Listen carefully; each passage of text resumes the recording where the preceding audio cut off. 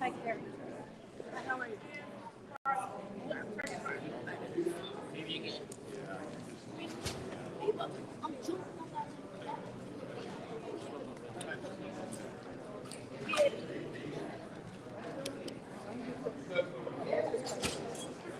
Okay. No problem with that.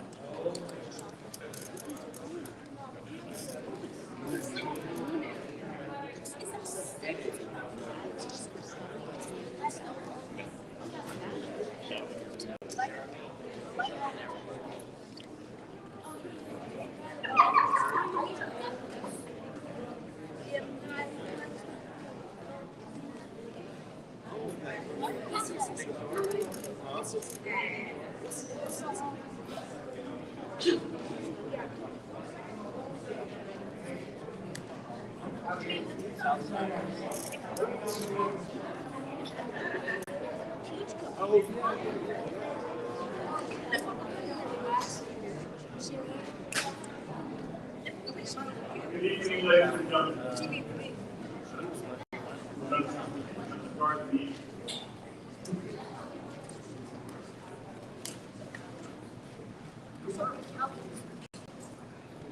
Good evening, everyone.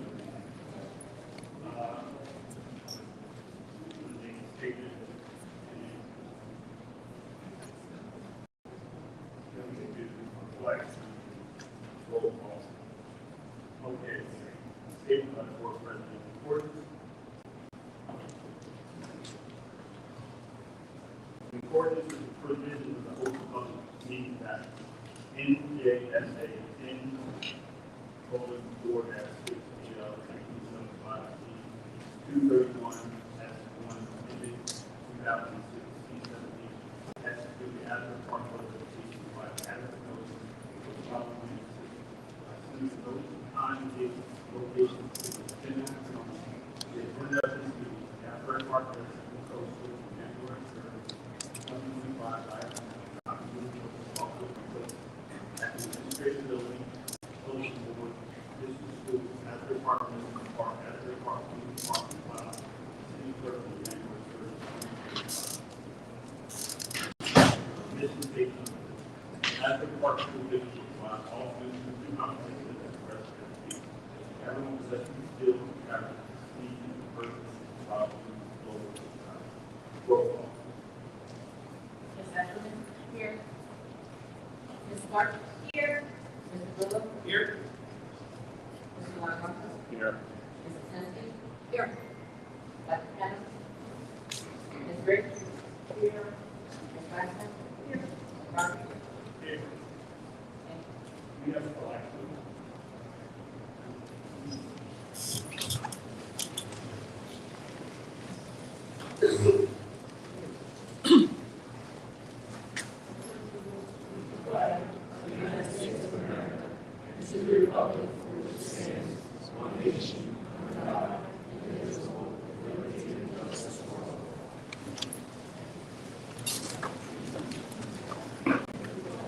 We'd like to start the meeting out always talking about the most valuable assets we have in our children, our parents. And we have to, this presentation about the atmosphere within the park.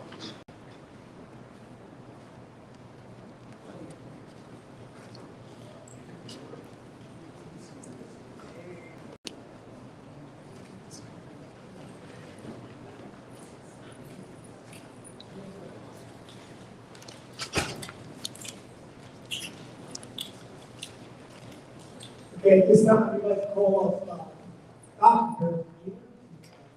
recognizing staff and students of the month. Good evening. My name is Dr. Carolina, principal of the Asbury Park High School. It's always a pleasure to come up here and celebrate our students and staff. I'd like to start with our student athlete, a young man who has truly displayed great aptitude for performing under duress and pressure.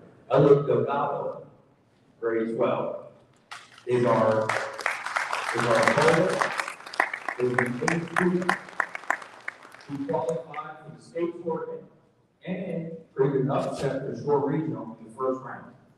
And he is currently over a 3.5 GPA, ranking in the top 10.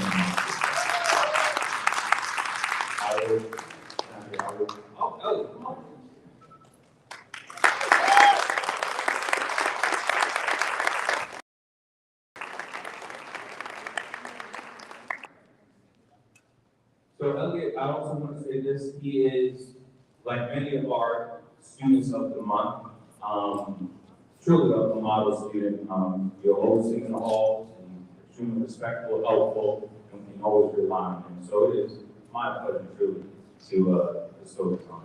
Thank you so much.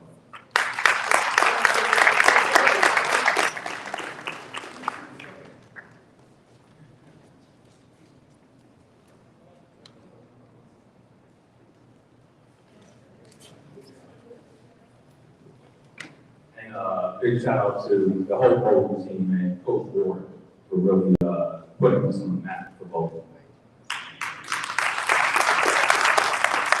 Next up, we have for our students of the month. It's actually a co-student of the month. I met with these young ladies about a month ago to discuss some of our updated school policies around cell phones. They were very thoughtful. They were very respectful, but they also were very convincing, and their advocacy truly should be celebrated. So, co-students of the month, Ms. Julia Rojas and Yadira Herrera Ortiz. Both very well, both seniors. Both parents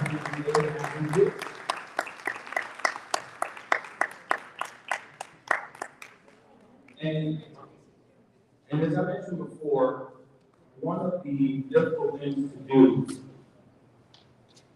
more difficult things to do when you are a high schooler and you are requesting a meeting with the principal is to be articulate, stoic, and set in your ways. But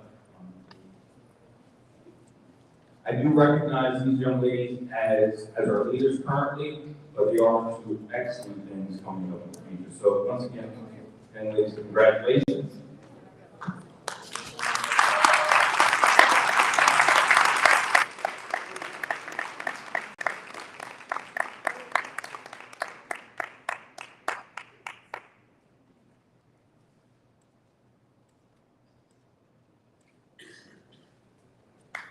Young ladies.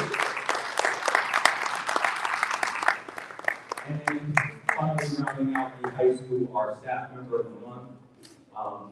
We had a leadership meeting yesterday to just review some things, some of the things we're proud of, some of the things that we're working on in our schools. And a question was asked about some of the things that leaders hold dear to their hearts. And the one thing I mentioned was trust and faith. It's sometimes very hard to build. Our staff member, Ms. Kristen McNulty, school nurse, has created that trust and faith.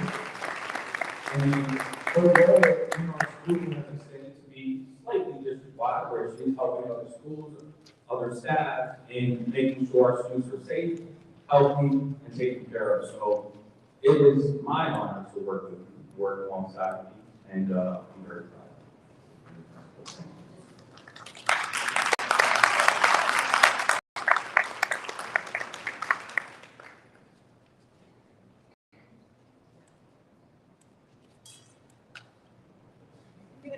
Thank you. Congratulations. And now, Mr. Tom Burke. MLB.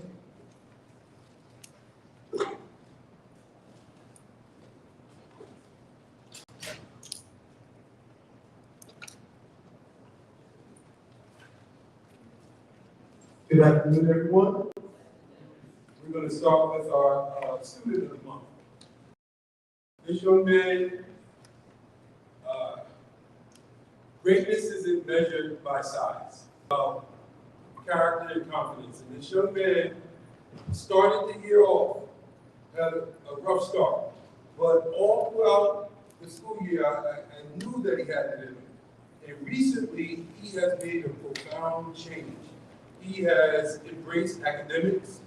He has been a contributor to a very positive environment in the classroom. He has played multiple sports, football, basketball, and is an all-around athlete. And a lot of times we pigeonhole our students by saying what they can't do. But this young man is truly an inspiration to me because he reminds me a lot of myself when I was younger. That I needed caring people in my community and my village to help me find my path to greatness. So without any further ado, I would like to recognize our student of the month, Mr. Celine Robinson.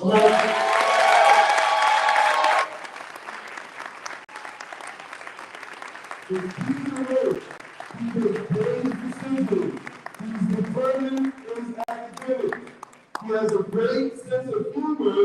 He can uplift his peers and other adults in the building. I have to say this. This is the only scholar in our building that is comfortable in his skin to relate to any staff member that's include teachers, coaches, our security, our custodial staff, and more importantly, our administration. So let's give another round of applause.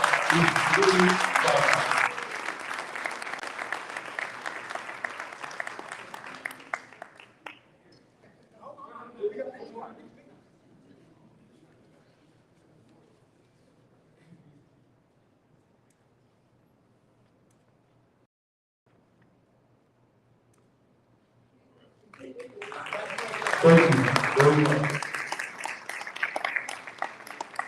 Our second individual that we will recognize is our student athlete of the month.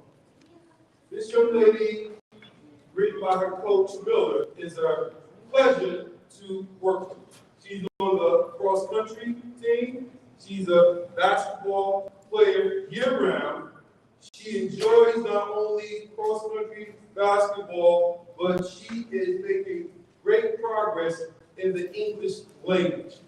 Despite any barriers that this young lady has, she's proven that what you're given in life, that you're going to make the best of it. She's a vital female athlete, a vital participant on all her teams. She shows sportsmanship, dedication, a commitment to her team and her teammates. She always maintains a positive attitude, a good competitive balance. Sportsmanship is always at the forefront of her performances, and she has a strong desire to win, but she is graceful even in defeat. At this time, we will recognize Yolanda Sanchez Gutierrez. Come on up.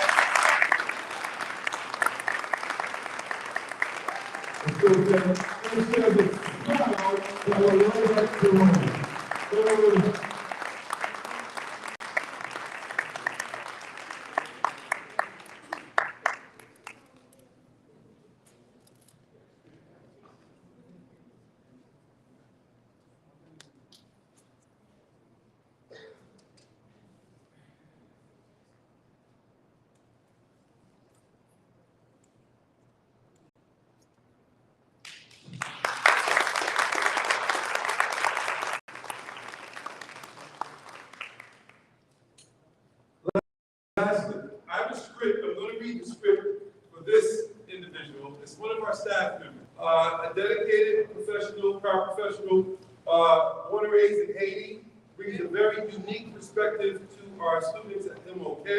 She's fluent both in Creole, French, and English. She plays a vital role in the bilingual department.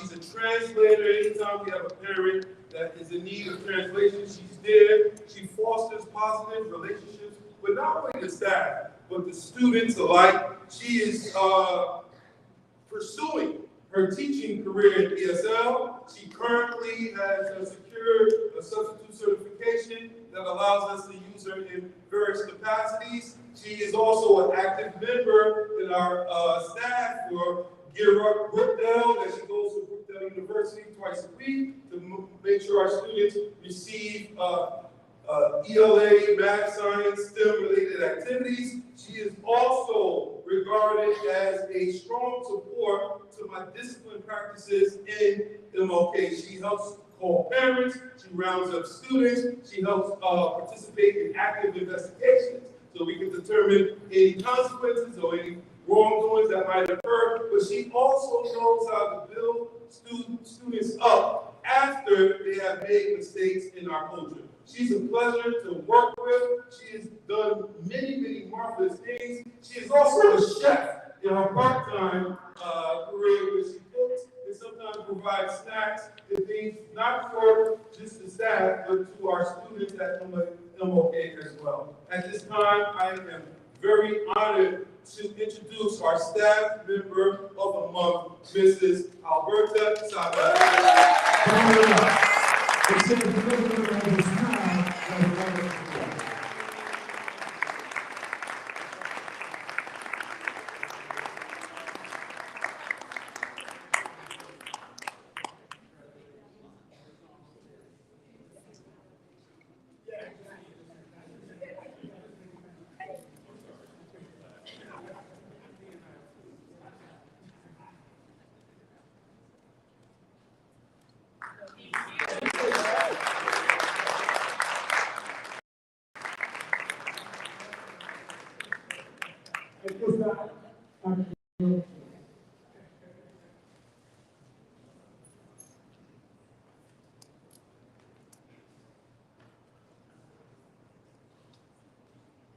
Good evening, everyone. I am Dr. Schultz, the proud principal of the Bradley Elementary. Yes. And tonight for our student of the month, we have a gentleman who supersedes expectations as a Bradley Elementary student. He is nominated by his teacher, Mrs. Lynch Anthony, as someone who not only showcases academic excellence in the classroom, but also demonstrates kindness and genuine care for his peers. He is also very proactive and engaged in his learning. And as his principal, I would like to highlight that he has, the first has successfully earned straight A's, including the various classes. And he has 3 months of this school year with perfect attendance. So he is on his way to being a superstar student. We're so proud of him. He is joined tonight not only by his family, but with an entourage of peers and friends to speak to the kind young man he is, Mr. Jensen Quinn.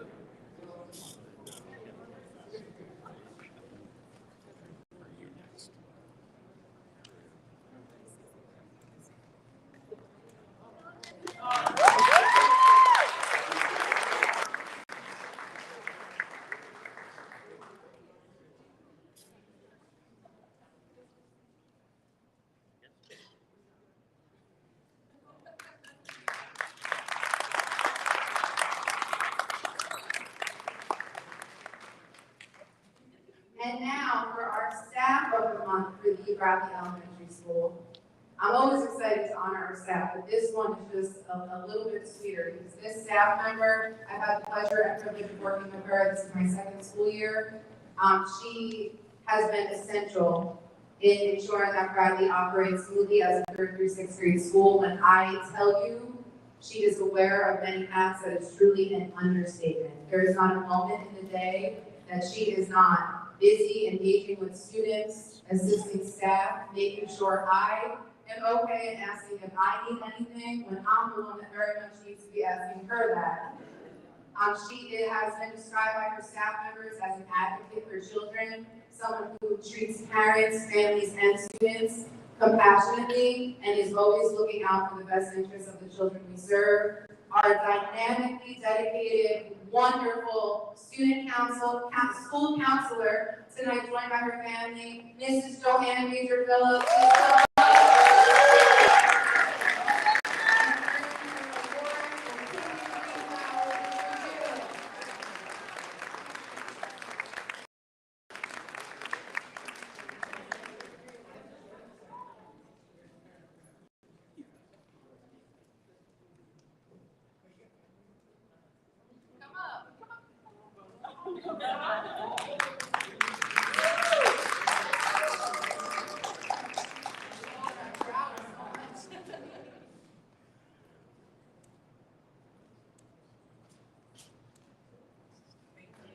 Thank you, everyone.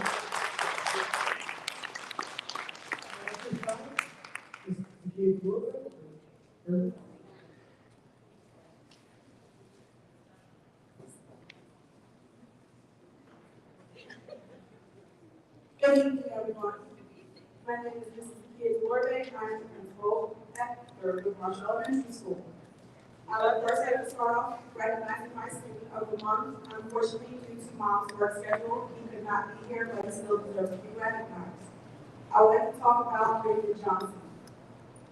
Sometimes school is not easy for everyone, and despite the challenges that he may face, Brandon comes to school every day, ready to attack them.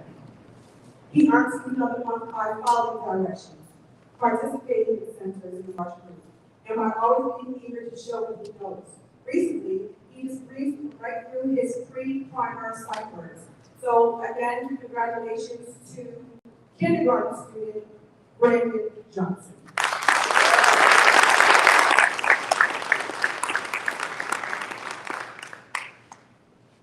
Next, I would like to recognize our staff of the month. Usually I speak genuinely from the heart. I don't really read anything, but someone who wanted to be here tonight could not be, and she asked that I read this. So I am going to do that. A heart of gold in our preschool community. Jamie Clark. First, Ms. Clark, can you come up now?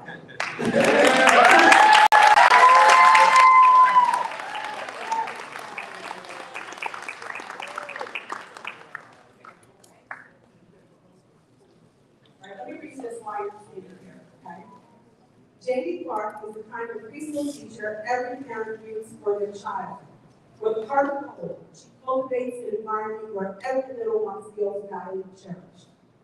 Her incredible relationships with families create a strong foundation of trust and collaboration, ensuring that each child's unique needs are met. Jamie is a true leader in her department, consistently participating in school functions and inspiring her colleagues with her unstoppable dedication.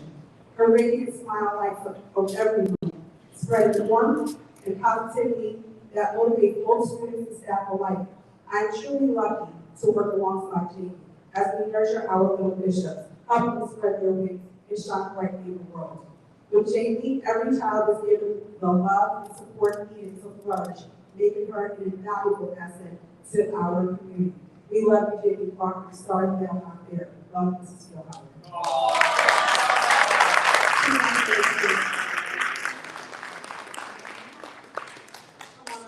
So as Ms. Clark's family comes up, just as a side note, Ms. Clark inspired me to lose weight. We have the biggest challenge, the biggest loser challenge happening at Thurgood Marshall. And the way that she runs the program is so professional. And I have to report to her every Friday weighing in. I'm down 15 pounds.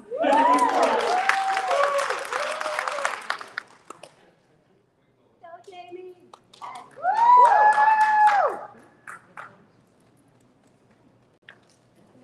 Congratulations. These are all Miss Jamie's pre-K kids.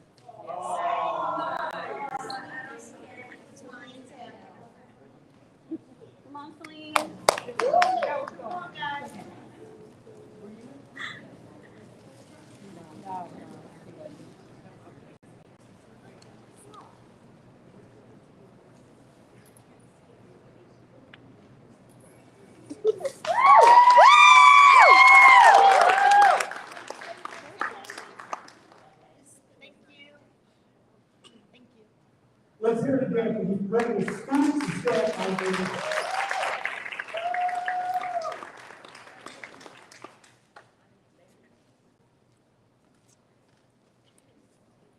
great to see so many students come out and represent their fellow school teachers, because it shows the community that we have within ourselves. Going into that, we have for a long time had a student representative from the school visit us, and I'm so honored and privileged because I've met this young man a couple of times and he's always been enthusiastic about the district and he really cares about what's going on. And I like to introduce Mr. Robert Pennington.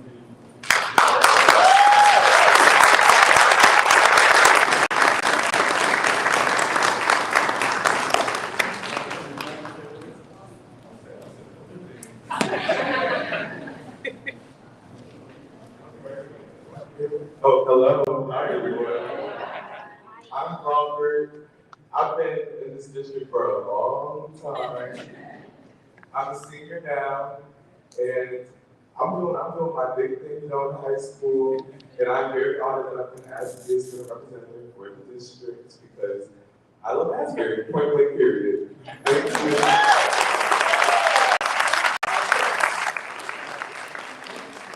Only for the correct me, it's Robert Pennington.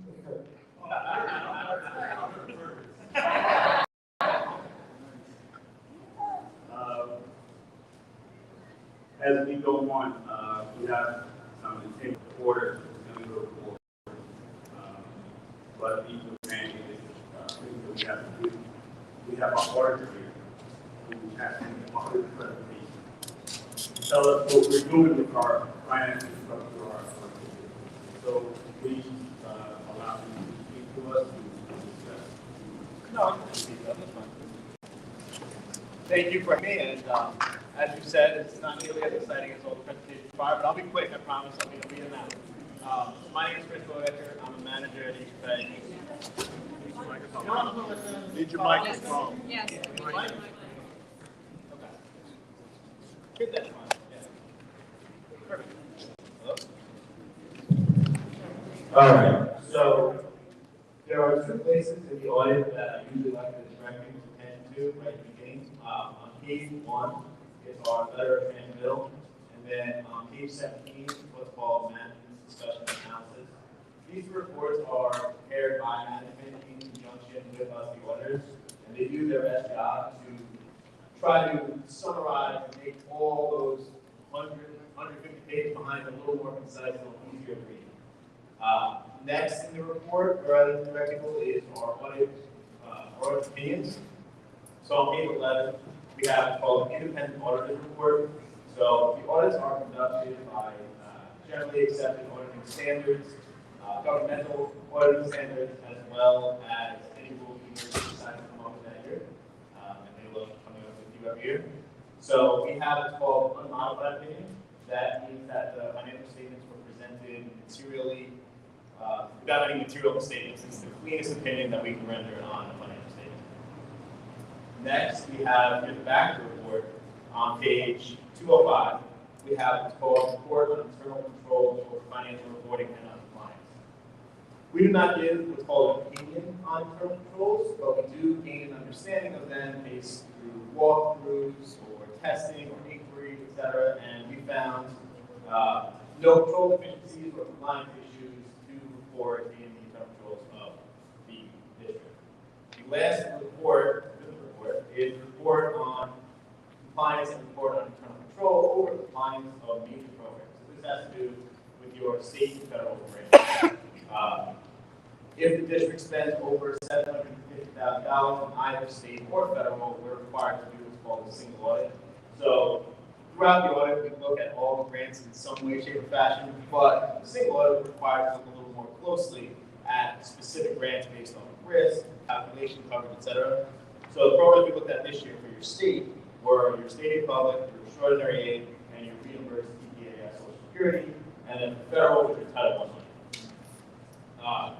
Again, we had an unmodified opinion, which is the cleanest opinion we can render. We do have one finding that is a repeat money from last year that has to do with just increasing the supporting documentation that the district keeps for their application for state school aid. But it's not a material weakness, it's not a significant deficiency, it's just, it has to be reported, and it's still an unmodified thing in this page again. Last thing, the only numbers I'll bore you with tonight is our recapitulation of fund balance, which is on the C1, bottom C1 on page 93.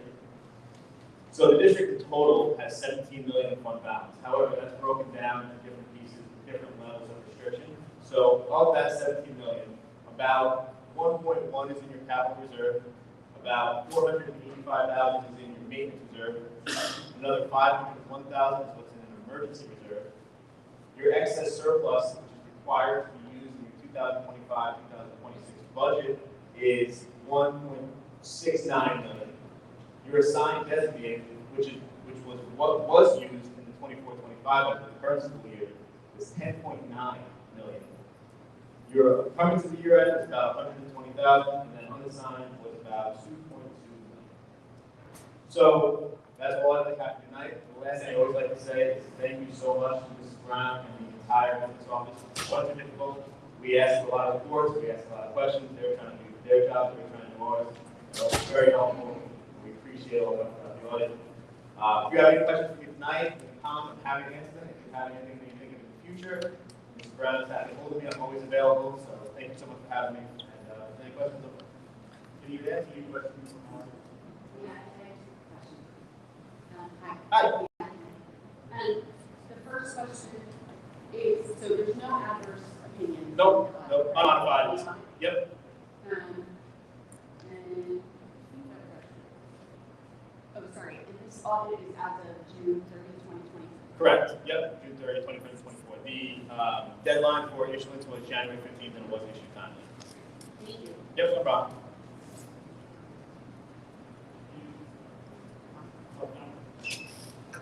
Could you just give me that number again for the reserve that will be applied to 25? 25, 26, yeah, it's called our excess surplus on the bottom of the C1, which is page 93 of the audit, but the actual number, the full number is not rounded.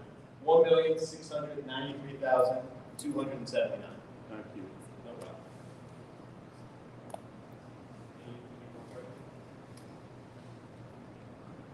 All right, thank you for having me. Thank you. Have a good night.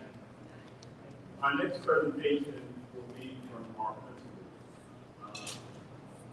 And it was up to me.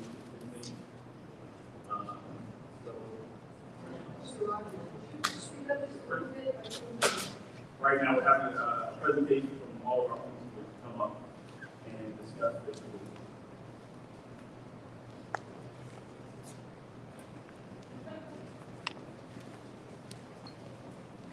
Good evening once again. I would like to share with you some of the great things that are happening at Meridian Marshall. We have our kindergarten through second grade emotional regulation and parenting program up and running. We have our collaboration with the Asbury Park Library with our 500 pop-up book days.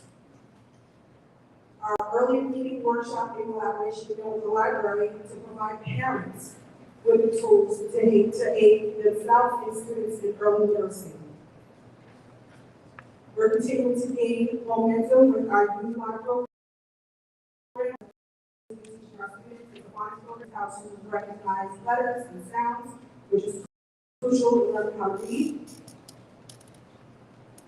We are establishing a weekly preschool limit setting training for teachers to help them strengthen the student-teacher relationship and improve teachers' ability to support their students in social and emotional learning and play. There will be weekly walking trips for preschool students to the Asbury Park Library to strengthen the district's early literacy initiative. On February 8th, there was a successful school year registration kickoff with 50 families registering for the pre-K and kindergarten program. The early childhood department actually streamlined registration to simplify the process, making it easier for registration and to retain our current students. We're continuing to celebrate student success by having monthly ice cream Sunday celebration with the principal, recognizing students for their hard work. The preschool program is in its 25th year celebration in Asbury Park, so there is a pre-K 25th anniversary gala planning underway that will take place in the spring. We have a kindergarten readiness program to begin in March for preschool students who are exhibiting kindergarten readiness skills. Our Read Across America event will take place on March 5th, where many community members will be donating their time to feed the students from Asbury Park. And lastly, we have our Black History celebration that will take place tomorrow, where we have a Black Invention Street Fair and grade level performances. You're all invited to attend. Thank you. Up next, we're rapidly from December when Mr. Trevino shared about our last positive pilots to February. Bradley has been booked and is he. We successfully implemented the first ever school-wide shutdown for Lincoln Form B. This was to mimic NJSLA procedures and also test out networking, potential issues behind the scenes. Great feedback from our staff on this, and also positive feedback from our students who were the ones actually taking the test. Coming off of that NJSLA shutdown for Lincoln, we really analyzed our Lincoln data from Form A to Form B, and I am very proud to share on behalf of the staff and students at Bradley that we had increases in proficiency for ELA and math in 3rd grade, 4th grade, 5th grade, and 6th grade. So from the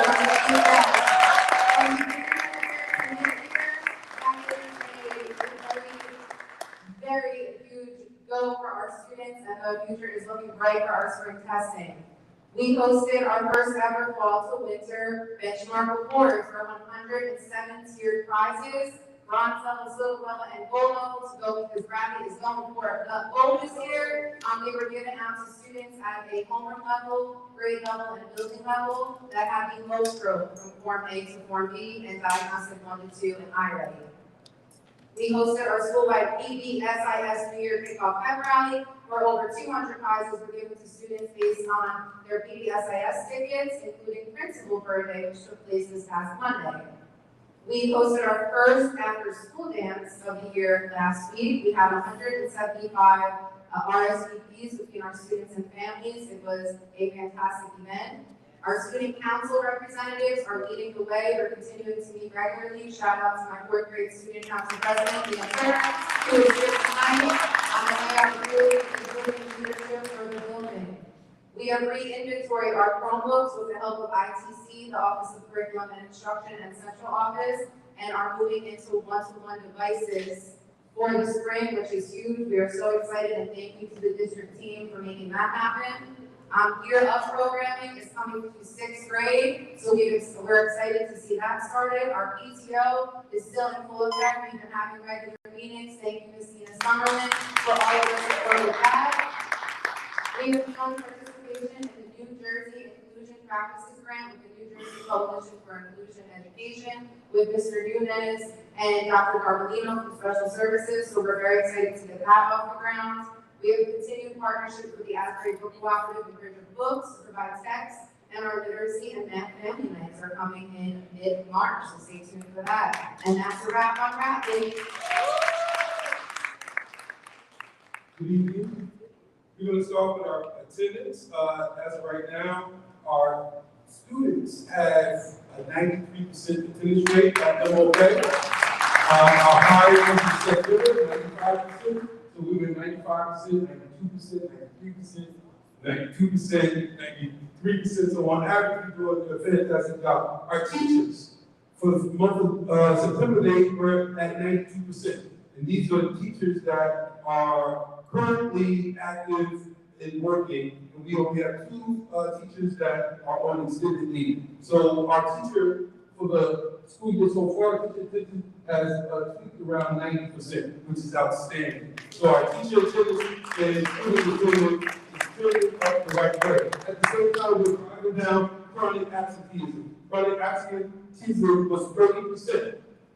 When we took over here at MOK, our goal is to get it under 20%. The state wants us at 10%. The state currently is at 14%. So if we could get our chronic, and that's 19 days or more absent in the school year, so each month we have driven that down to 20% with the expectation that will stay consistent throughout the year. I would like to also report that we had 4 staff members, perfect attendance so far this year. We've had close to 18 scholars with perfect no grade off so far this year.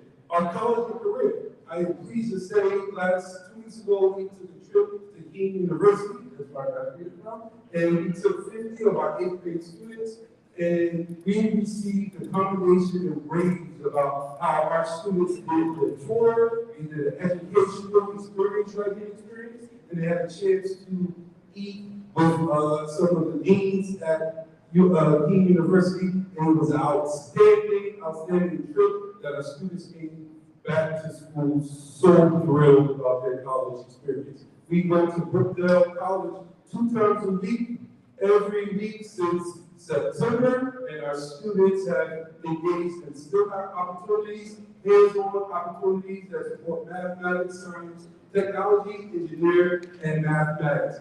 We also have STEAM Park. We have STEAM Park in our schools, and STEAM Park has brought chemistry, physics, and biology to our students in our STEM elective program, where we have 2 professors from the college that come down to work with our students in electives. And we targeted 24 students on the AP schedule to receive this support. It's working with coding, hands-on experiments, labor building communities, and just a lot of camaraderie and support in the classroom. We have actually newsletters that we're going to share later of some of the activities that our students engage with Brookdale. Gear Up, I cannot say enough about Gear Up. Gear Up just took 50 of our students to Philadelphia to the African American Museum.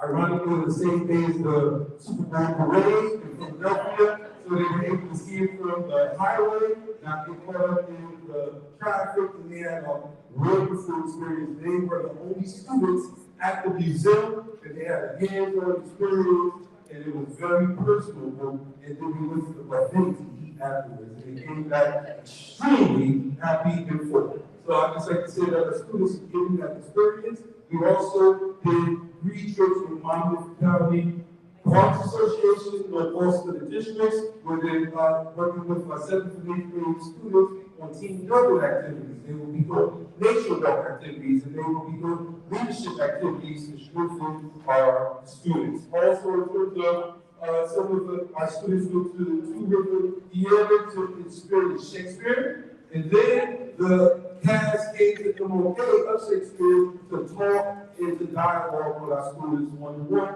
and they really enjoyed that experience, as well as our clubs. I'm excited to say we have over 12 clubs. We have a robotics club. The clubs meet every day for 30 minutes after their lunch or before their lunch.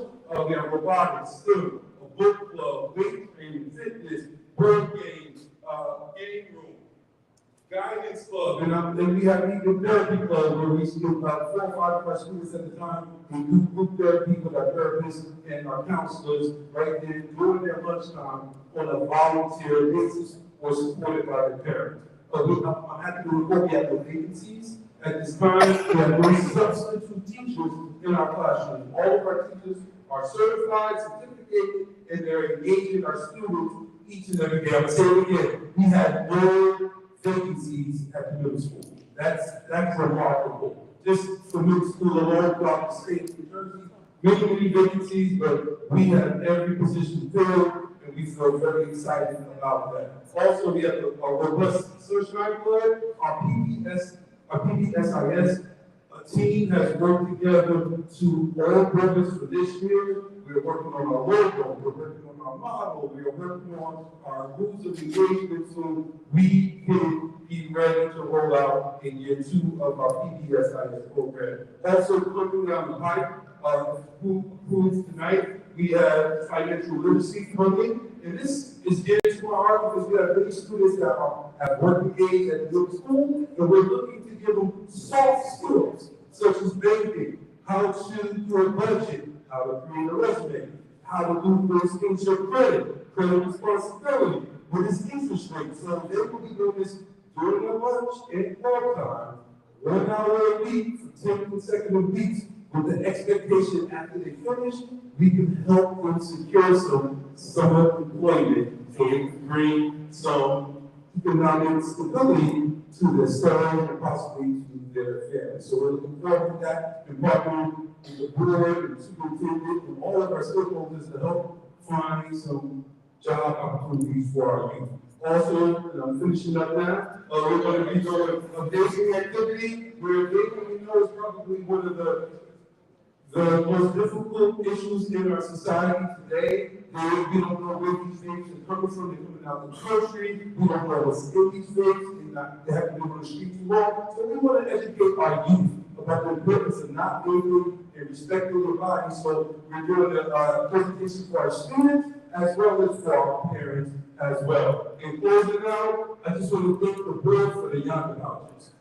That's it. The Young Apologies. The Young Apologies, because we've implemented Young since October, and it's been successful. Students are now concentrating on teaching and learning, and our Lincoln B data. We did a comparison analysis. We took our 7th and 8th grade students currently. We looked at their Lincoln B going back 1 or 2 years ago, and we compared Lincoln B to Lincoln B, the same students that were 6th graders that matriculated to 7th graders, and the same ones from 7th to 8th. They have done extremely well, and we have more students that increase their test scores from year to year. So we like to compare apples to apples, and our students have shown when they're 6th graders, they struggle a little bit. Now 7th graders, they're focused, they're doing a fantastic job. Also, our rating data. We've closed the learning gap. We have more students that have increased in grade levels, and we're ready to just triangulate the data just to see where we can use our baseline assessments, our interim assessments, our benchmark assessments, where we can help close the gap over the next 8 to 10 weeks to prepare our students for NJSLA. So at the middle school, we're doing great things. Suspensions are down, camaraderie is up, the positivity is exclusive to the program, and we just did a phenomenal Black History Show yesterday, led by Ms. Peterson, and the phenomenal musicians that we have played for Black History Month. We had over 100 participants, 100 people come out to watch, parents, community members, and of course our students. So thank you, and I look forward to giving the next update for the moment. Thank you. That matters. All right, so I'm going to run through some stats. I'm going to start out with instruction, and I'm going to start with the big piece. Big shout out to our English department, particularly Ms. Jessica Daniels, who was awarded Staff Member of the Month recently. And this is big. Our fall block 9th grade ELA, or NJSLA, 779 average, 30 points above the state average of 740.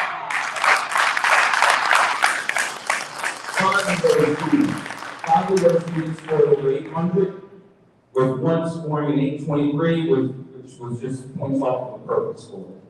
So as a principal, what this tells me is that we have the potential, we have the ability, and when our teachers get to that work and our students are receptive, this is what happens. So this is a testament to the good work and hard work that we're doing right now, a testament to the quality of students that we have in the district, and I couldn't be more proud to announce that here tonight. We have our latest number in recent history of students that qualify for portfolio, which is an alternative way for graduation, in several years. So we dropped that number down. That is a good one. This date compared to the same date of last year, we have more students statistically who are ready to graduate, so less money for paying out to do portfolio courses.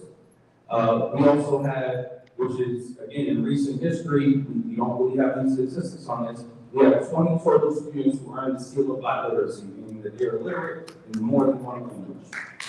19 for Spanish and 1 for English.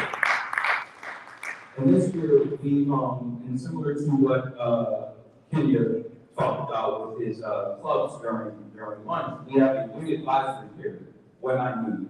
And here, in that time, we identified students who can benefit for tutoring, for time, extra time with reading, extra time with math, and to date, with that program, in and of itself, has decreased the number of students who are credit deficient. That's just that. And finally, just culturally speaking in our school, through various partnerships with the community, such as Ms. Nina Sutherland, the Asbury Park Arts Council. We have community organizations coming out, ready to help us renovate the spaces. We have a walkthrough of our theater coming up just to see what is possible for the community to help us with. We have a budding performing arts program. Shout out to Ms. Golden. We also have, we went on a solo trip to River Theater, the Broadway show, so big thank you to Interfaith Neighbors and Young Masterminds. And we are starting a podcast pretty soon, and one of our main hosts is right here. Sitting right here. I did mention our bowling team. We are very, very proud of our bowlers, and we are very, very proud of Mr. Ward for taking us that far. And Mr. Ward himself is a very accomplished bowler with countless 300s. And finally, again, first in recent history, we've had our FAFSA information night. And a big credit goes to school-based for really helping us with that. And that's just a testament to community partnerships, which is one of the main things going into the school year that we wanted to focus on, rebuilding some of those branches and tentacles in the community so that our kids can perform the way they should, i.e. our 5 students who scored an 800 and the rest who scored passing marks on their New Jersey assessment. Thank you.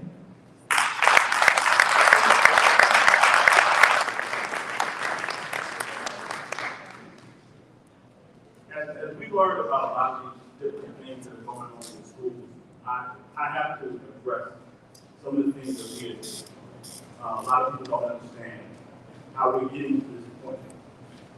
We realigned the school district this year. So all grades are focused in one school. So that means all the teachers are on the same page. They're not in 3 or 4 different buildings. And we're not teaching different things. We're teaching the same thing. And if we're getting it wrong, we're doing it right. So I want to really thank acting superintendent Davina for putting that together. And then the staff. And I'm around these schools and I individually drop by with the permission of our acting superintendent. And I am amazed. I went into the middle school and it was totally different. It was totally different. I've been in 3rd and the staff and the participation is astonishing. This is things that we do to generate a better community within this district because, one, we empower these principals. That's another thing. We empower the principals to run their school.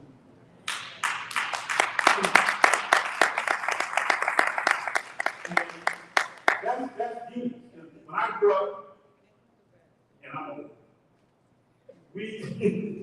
I remember my principals, and they ran their schools because they knew what needed to be done. They knew the staff, they interacted, and they were held responsible.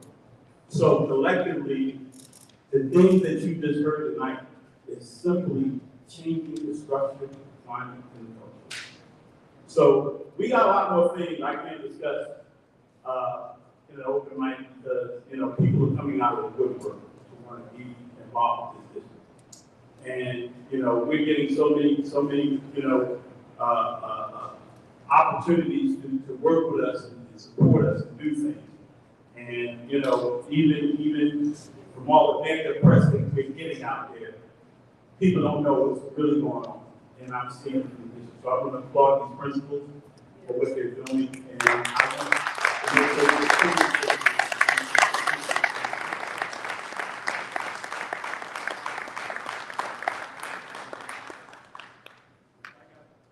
as I got to continue the meeting, I do things that I don't like to do, things I have to.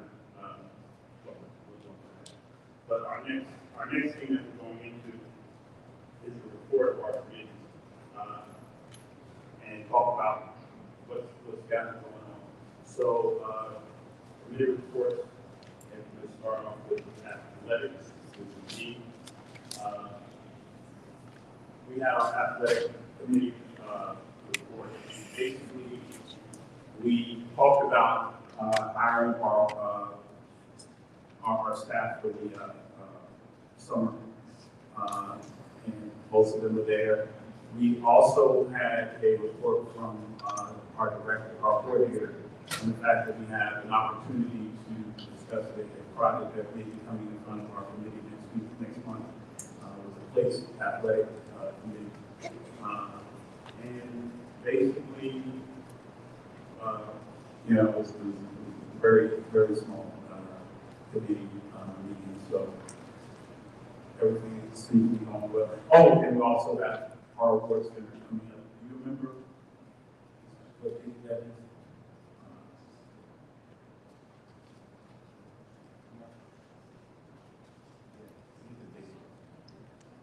Yeah, we have our athletic committee presentation coming up to address our students. March 7th. March 7th. So that's it for the athletic. Mr. Roach, what's the second thing you mentioned? We had a talk about who's coming in to discuss working with youth athletics. The director coordinator said we had a conversation about a youth that wanted to present to our committee next month. Youth athletics. Oh, thank you.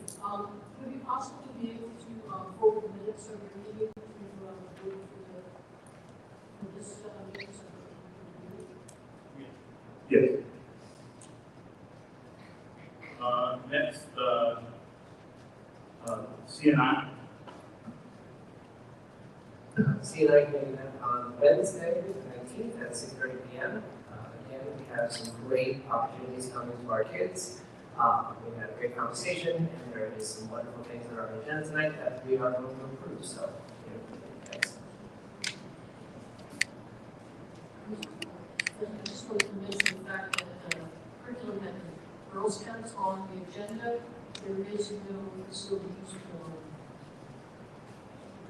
on this agenda for them. The facilities on what's in Mr. Sosa has gotten it, and it's also gotten insurance, insurance. And I'm sure they're asking for a waiver, I'm sure, correct? I'm not aware of it. House after staff meeting is happening from 2:30 to 3:30. It's not volunteers that are doing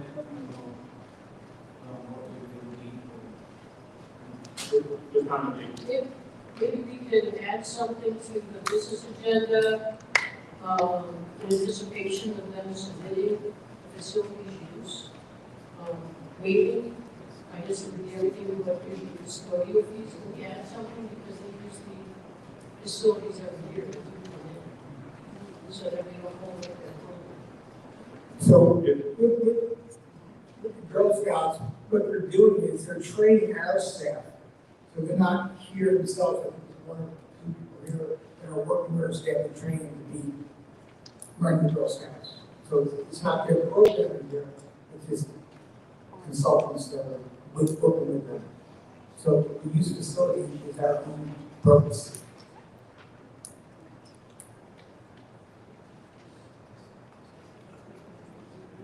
Any more questions?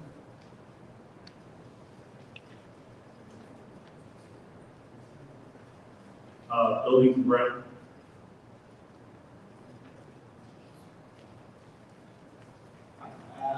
So the buildings and ground met number 5. We spoke about summer school building use.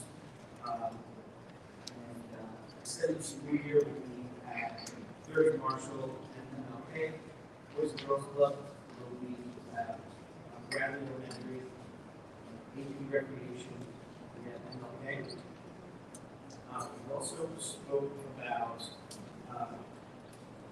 some of the school properties that, remember the last meeting we spoke about, pursuing sale on a couple of buildings.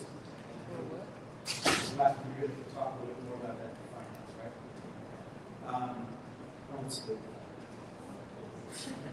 And then another thing that we spoke about was obviously many of us have heard how Leading Dance lost their space, and so we directed the business administrator to reach out to the director about possibly renting space at the high school or somewhere in the school district. Oh, perfect. So what was that? We didn't hear what you said. Right, speak louder.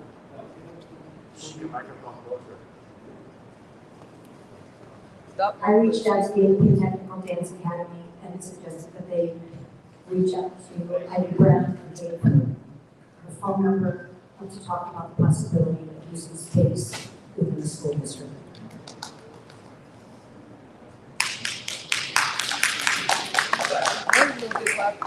Okay, great, and that concludes my report. Personnel. I just have a question for building grounds. Has building grounds discussed, I haven't heard anything about the stadium.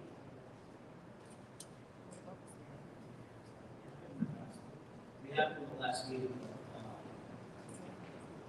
Talk about the next meeting.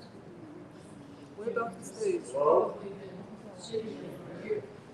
I asked about the stadium, and Mr. Burrow said they haven't discussed it, but he said the last meeting, I was concerned because it's used for city, evidently, for a period of time.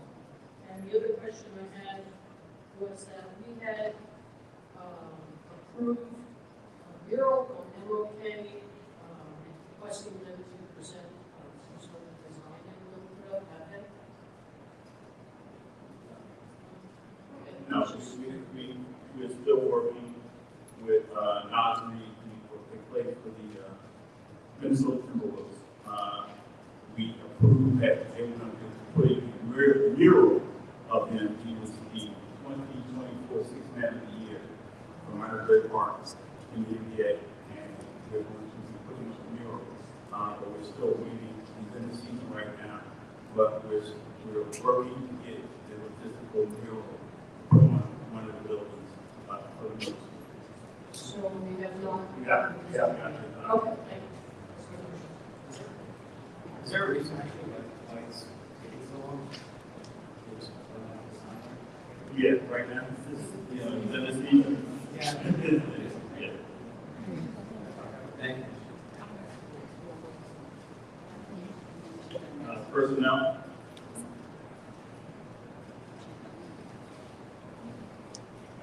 Personnel. Okay.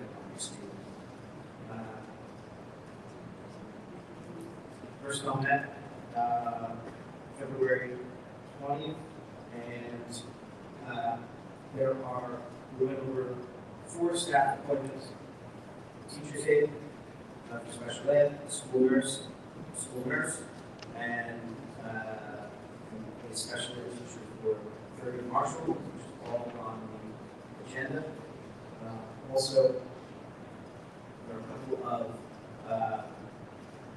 fall athletic coach recommendations, and we also spoke about, there was one salary adjustment with 3 staff reassignments, and one thing that I just wanted to highlight is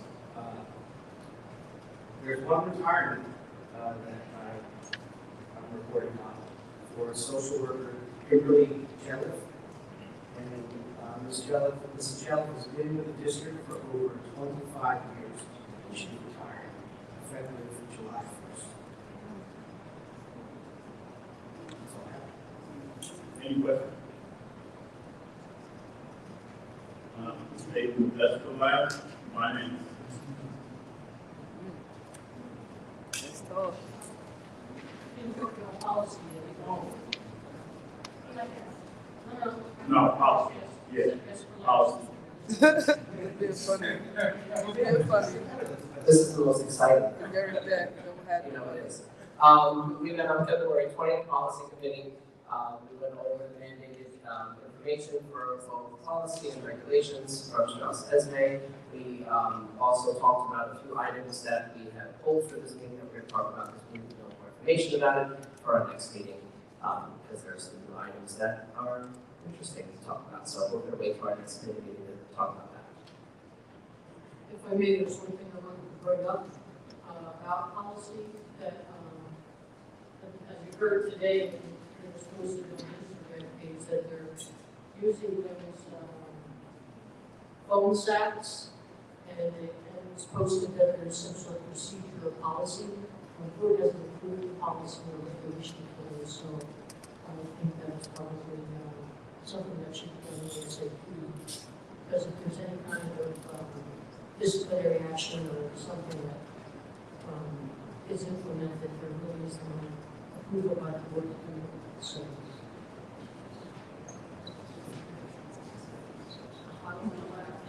The phone sacks, those, whatever they call them, yeah.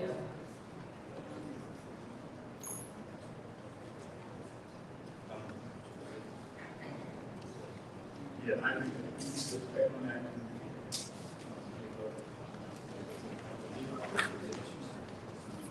But, yeah, it's amended.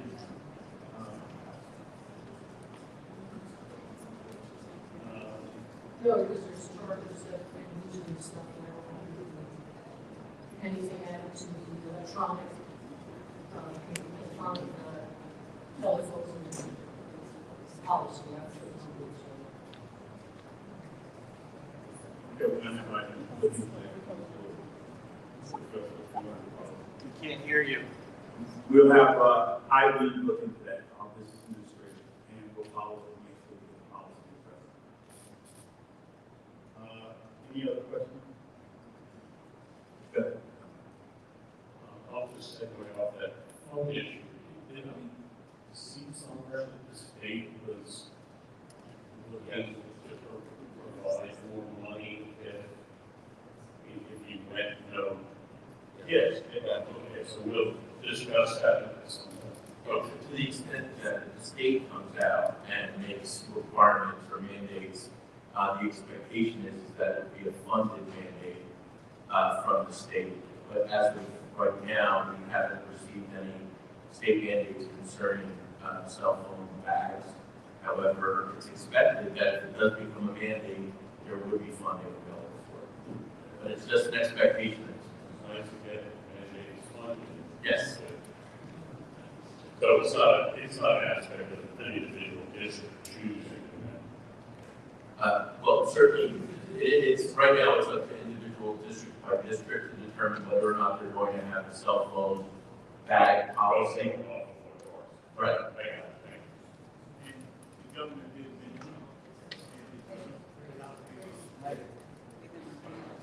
the governor did mention in his budget address that was going to be a mandate that he was pushing to make sure districts he's finding it to be very advantageous. So we make sure that we're focused on their work and not their trouble. So, you know, with this budget, we don't know. Next is finance.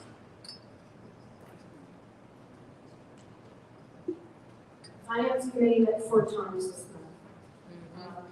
One meeting on February 20th was the regular meeting, during which we discussed the preliminary budget and where we thought we were going to be prior to the issuance of the governor's address. And where Ms. Brown, the superintendent, and monitor stood in the preparation of the budget. Mr. Trevino then reviewed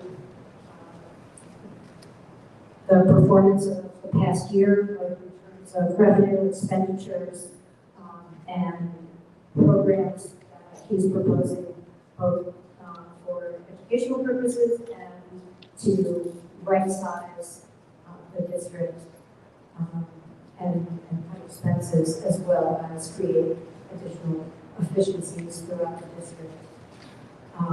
That will also be presented later tonight.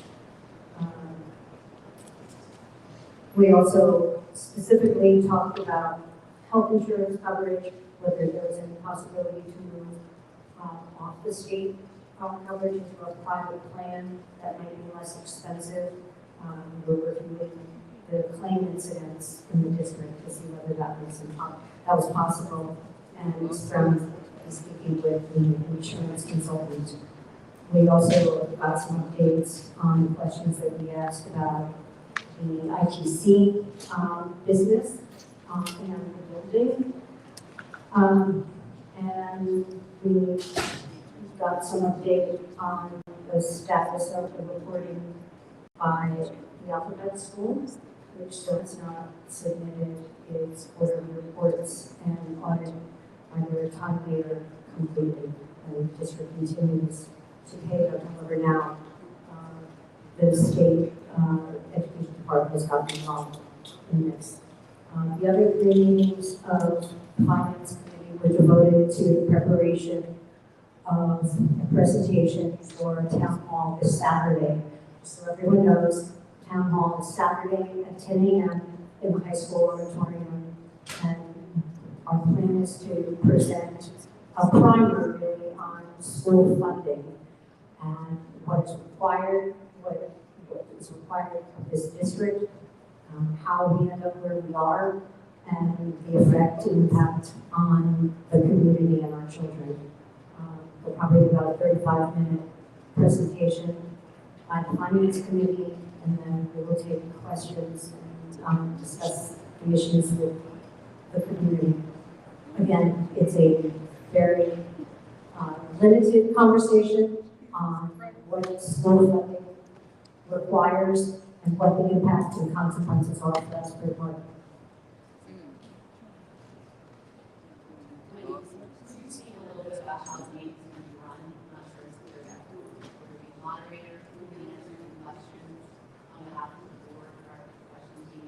Well, it is a finance committee presentation.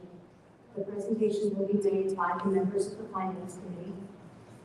We have split up the work, and each of us is handling different aspects of the presentation. And it's not a full board presentation, it's a committee presentation. And this is there, we're only talking high level, or are we going to get into specifics about the school's budget? The slide Probably more specifics than a lot of people might want, but it is, I'm not really sure how to answer the question. We're giving an overview of what the school funding mandate is and how funding is calculated for each district and what the responsibility of each district is and municipality, and what the consequences are for our budget. I don't know what else to say. Any other questions? Okay. Review of our regular board meeting agenda items.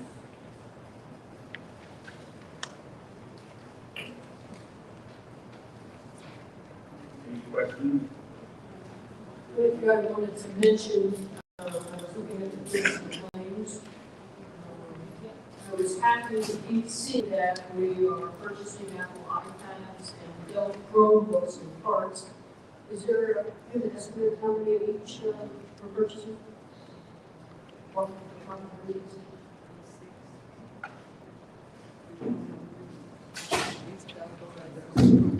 So we had a couple of orders come in. I think the most recent order that just went out was about 150. The high school and 50 MLK, and that's the recent order we had. They're right now completing the deployment of devices in all the buildings. Just to give a little background on that, last year, I sat with the principals and the superintendent at the time, Mr. Rubino, and I wanted to make sure that we had an ITC, that's what I'm trying to mention, and how many of the devices that we had. Until that point, students were taking devices home, but we were finding that we were getting back. So we decided to make sure that we did a complete audit of how many devices we have, and we decided, with the help of the teachers, teaching staff as well, because they were the ones asking us to keep them in the building. To make a long story short, we started that process. We did have the elementary schools last year, which worked out great. Got a lot of good feedback, a lot of less stolen or lost devices. And so then we implemented that for the high school. And so what I wanted to do in conversation with the principals was, why don't we put cards in each classroom? It works in many other districts. It means that our students always have access to devices. It means that they can take them home, they can do that with the help of the teacher. It takes the burden off the principal to have to manage hundreds of devices, and it kind of spreads the load as far as how we tackle that. It also allows ITC the ability to manage devices because they're not going home all the time. It's really a burden when they don't come back. So I don't want to get into the details of that. It's really great. So what we did was we implemented a plan to put devices in the classroom. I'm happy to say that at this point we are more than 1-to-1 in the district. We bought 50 Chromebooks and 10 cards for the middle school, and the high school 100 Chromebooks and 2 cards. And I have a breakdown of all the cards. I created a spreadsheet at the beginning of the year. The principals have been keeping it up. I can see this updated it this week. I know exactly how many Chromebooks are in each room, how many cards we have deployed in every building. We have more Chromebooks for students, which is what I expected. Wow. Chromebook cards in every room. You don't need to go one-to-one. You're going to go over one-to-one. My goal was that if anything happened again, and I hope to God we never go into another pandemic, we will be more than prepared. And we would have the ease of being able to distribute devices that need to happen because they're existing on the room. So we're in a very good place right now, and I want to thank IB, I want to thank ITC, especially want to thank the principals and the teachers for helping me come up with this plan so that we can really find a way. As a former tech coordinator, this means a lot to me. So I wanted to make sure that our students always had access to devices, that they can always count on being able to take them if they need them. Our dream students have devices that they take home back and forth, so everybody's covered. I just want to be clear on that. I know that was a big question that was coming up a lot. And I just want to kind of take you through the journey that we went through to try to get to this point. And I'm happy to say that we're a very good place right now. Thank you. I just have a question. I should probably know this if your daughter has one of the Chromebooks, but is there any kind of tracking or something? The Chromebook gets lost. Do we have some sort of way to look it up? So, I know it's we have some kind of Apple device has a way to keep track. Chromebooks is a little bit different. What we can do, you can remotely shut it down. So what ends up happening is that device doesn't come back. So when we did this at the beginning of the year, it was interesting because once we got back the devices that we got back, we looked at the list and saw which devices we didn't get back. ITC deactivated all those, but hundreds of devices started coming back in because I can't use this. So they started coming back in. And of course, we have quite a few that we lost. Just part of the course, and they're going out.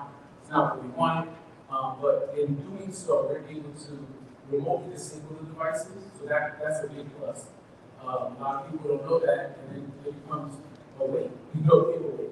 So then we got a bunch back. And so we reassessed, and we were able to redeploy, and then supplement with what we could find in the budget, and we're able to sort it out. Thank you. Any other questions? Any questions about that? Thank you.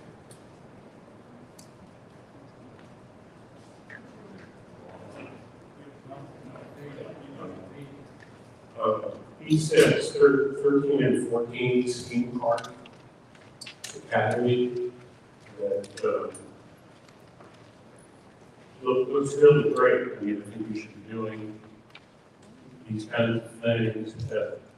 I'm not quite sure though that we refer to after school snacks and that sort of thing. It does strike me as an after-school extracurricular program, let's do it. We need to do it on Saturdays, let's pay for it over the summer.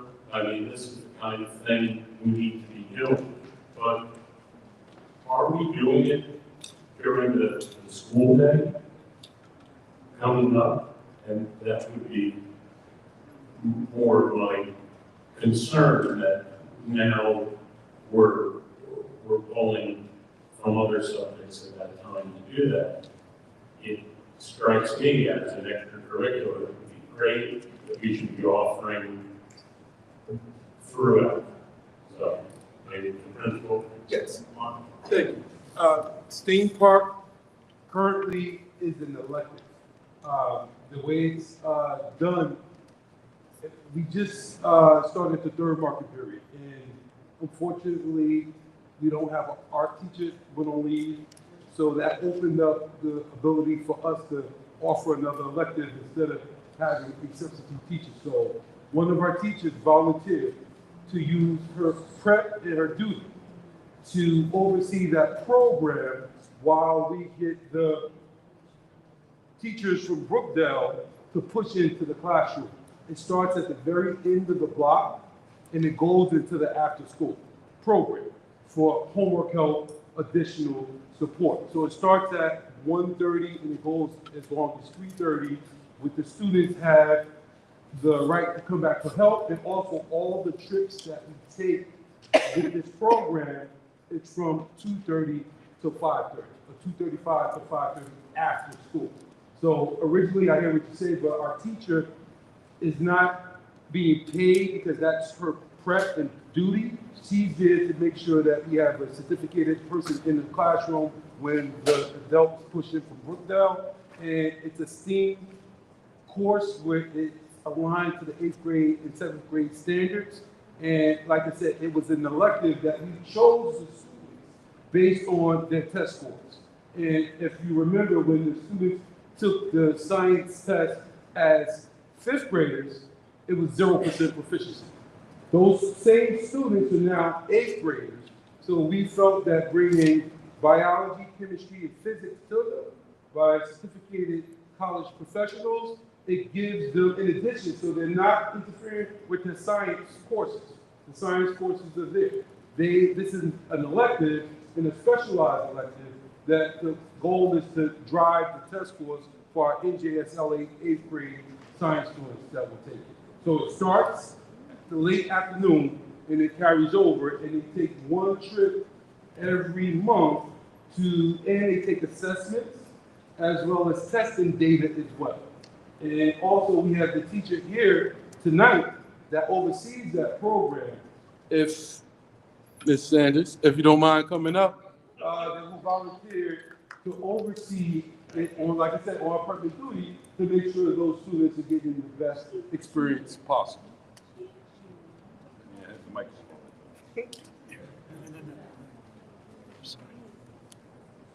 Just give it a second. Good morning, good afternoon. Evening.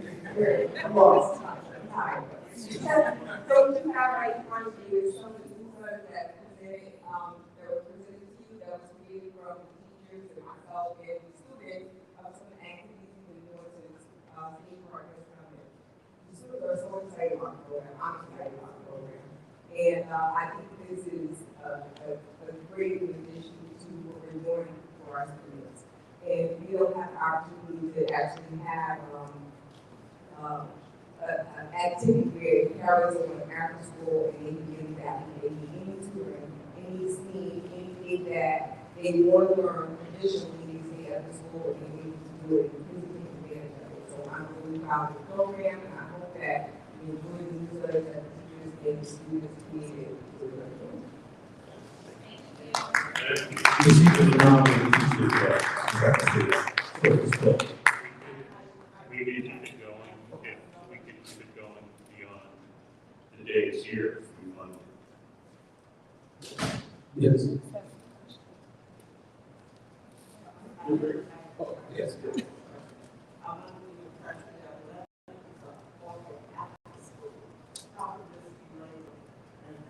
Extracurriculars after school electives are doing i.e. physical education, i.e. STEM, music, arts, Spanish. So we offer Spanish, we offer art, our teachers currently on leave, we offer music, so an elective is actually a special, and the way it's designed, strictly in middle school, it's supposed to be choice. But you know, if every single student picked the same elective, then we get 100 kids in the classroom. So we give some choice to most electives, such as music, it's a choice.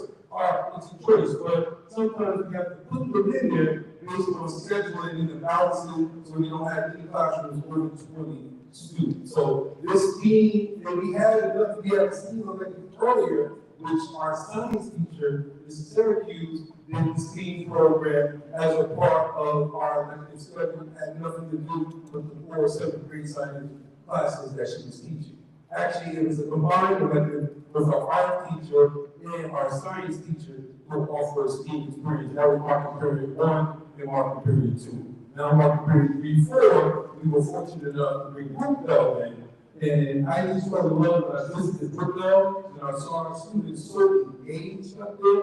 I said, wow, I would love coding, dissecting, the periodic table to come directly to our students. In the mixed classroom, both 7th and 8th grade, because some of our electives like art and music are not by grade level because it's by choice. Okay. I had one question. Yes. So you say it's an elective, so are they going credits? Well, in the middle school, you don't get credits, you just get graded.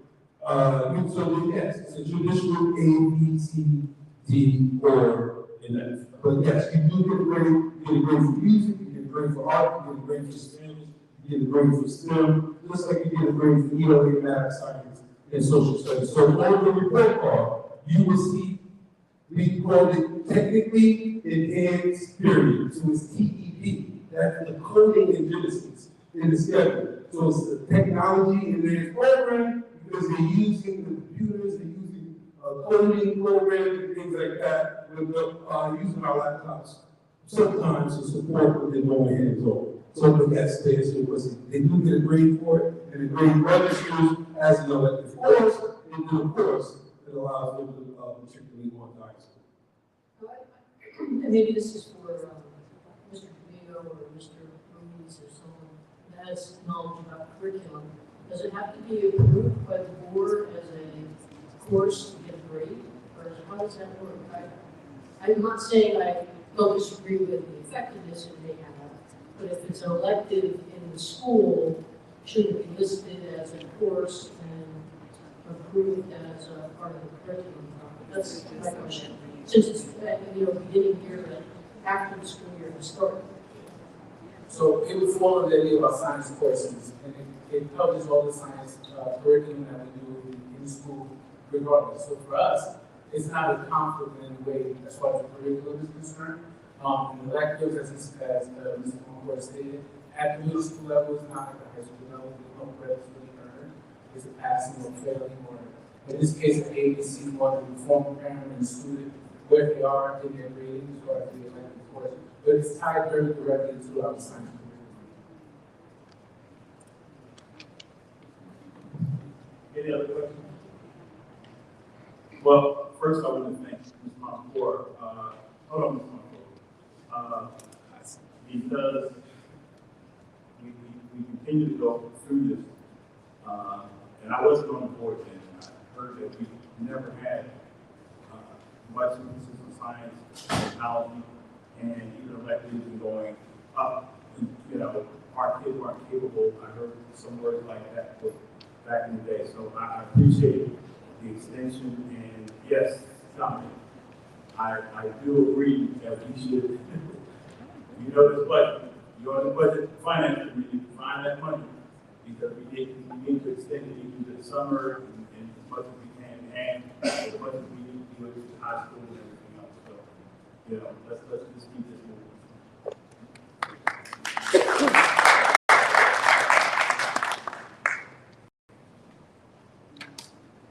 Okay, we're going to move on to open public participation. I will read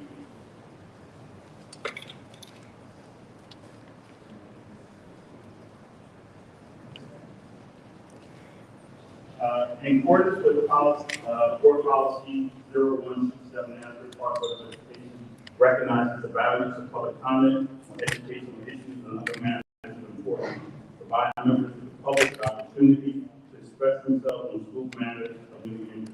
The public comment portion of this meeting is not a question and answer session. All public comments shall be directed to the board president or the presiding officer of the meeting.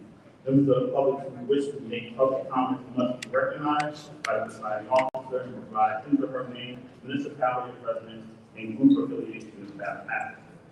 All public comments should be directed to the presiding officer and are limited to 3 minutes in duration. Members of the public who do not follow the foregoing rules or therefore interfere with the orderly operation of the board may be removed from the meeting.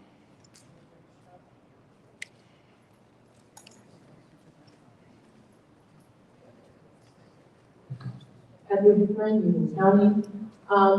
I just wanted to highlight and give props to patrols and staff at our building. Today we had a great Black History program.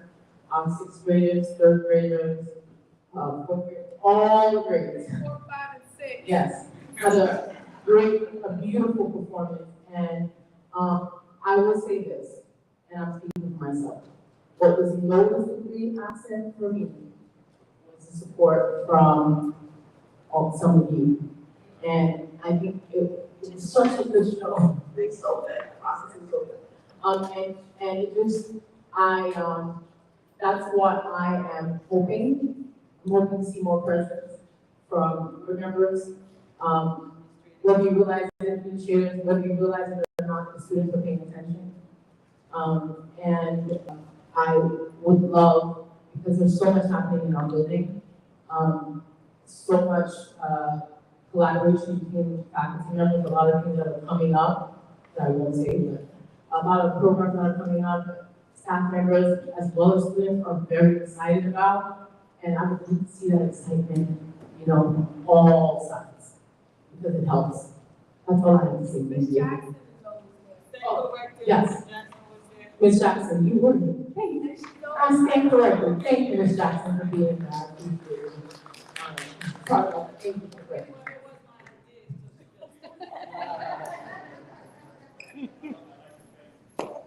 I'd like to thank the staff for, I wanted to be at that event, my time. I'm going to be at one tomorrow. No disrespect to. You went to the MLK, I know. Well, I'm trying to make it all. I wish my time was, I got a lot of stuff going on. But no, and like I said, I actually walked in on quite a few things that I shouldn't for preparation for these events. So, missing them them all come together. So I want to thank everybody for all the Black History events. Like I said, I'm going to make the one tomorrow at 1, but I want to take out all of them in all the events. So thank you guys. Thank you. Don't forget about it. Mr. President, is there a way we could get all these events? Because I'm missing some of them. I don't get all of them in email. There's some way maybe you could work with the acting superintendent and try to get some sort of listing so that we have advance notice, so we can make arrangements to attend some of the events. We can't attend all of them, of course. Yeah, that information is sent out. I want to know, Ms. Jackson.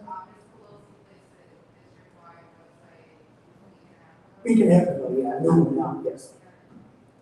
Yeah, I think remember this program is on, and I think I got a message for one of the other. I don't RSP if I know I can't make it, but like I said, I am trying to stay aware, and like I said, please keep on continuing and know that these board members support you. I love you guys. I'm going to try to get out more. Hopefully, I'm just speaking for myself, but I hope everyone else is going to do the same. Thank you. We have this one. 3, 4, 5, and 6. Yeah. Well. Good evening, my name is Ina Salmon. And I would just like to say, Mr. Carino, thank you, because I sent you a link from the Mayor's Wellness Committee, thanks to Ms. Whitney. But there's going to be a light show coming up March 21st and 22nd at the Paramount Theater. I have left flyers in the buildings and every school.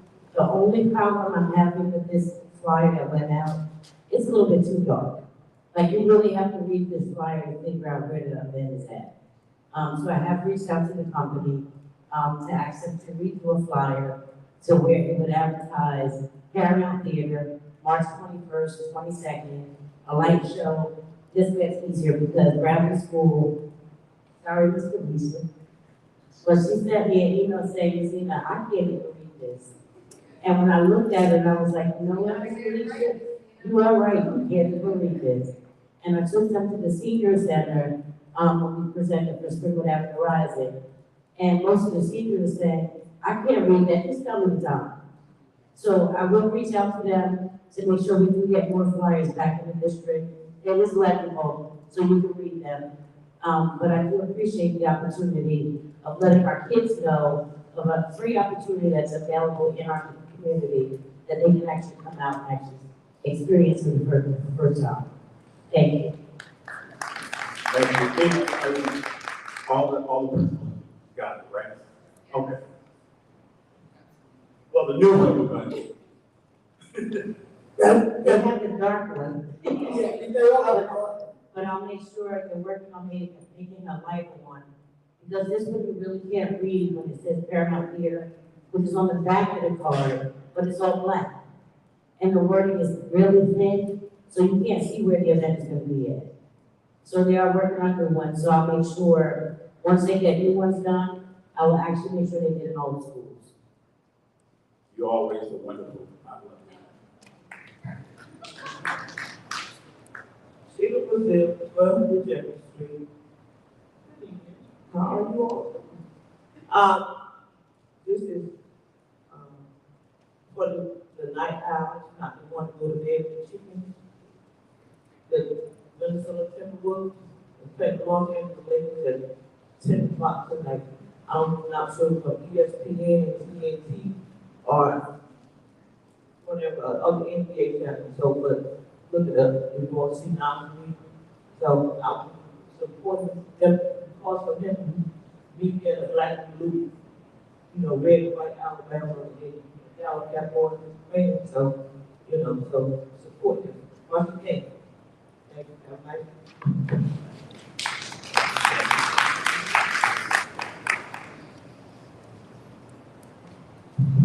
Hello, Martha Council, 302 Third Avenue, Asbury Park.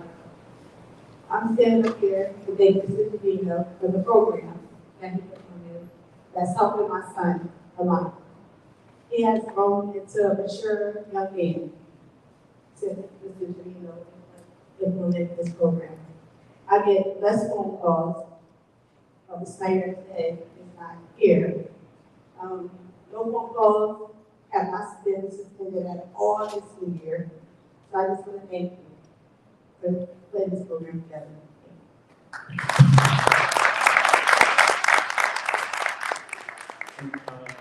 I see Ms. Peterson back there, and she knows that I eat good songs, but I'm sorry I missed her. Thank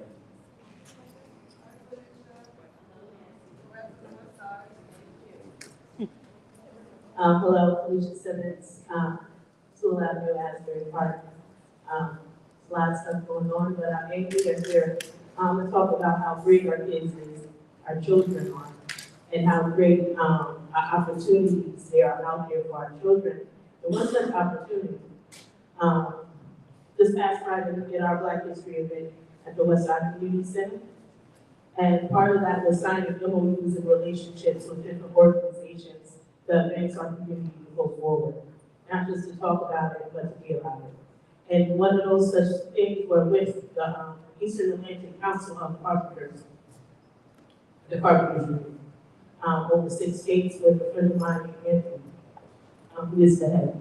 And he wants to offer, and has offered, and will come to the school district again, and offer a program for trades, and an opportunity to go right into the Carpenters Union. Not just a sample. We're designing a specific program for Asbury Park and beyond. And also inside of that program are for the children, from middle school age to high school age, that give a direct pathline into the Carpenters Union. That is not real. That is something tangible, that is something needed, because there's a shortage. And that is something not offered anywhere else.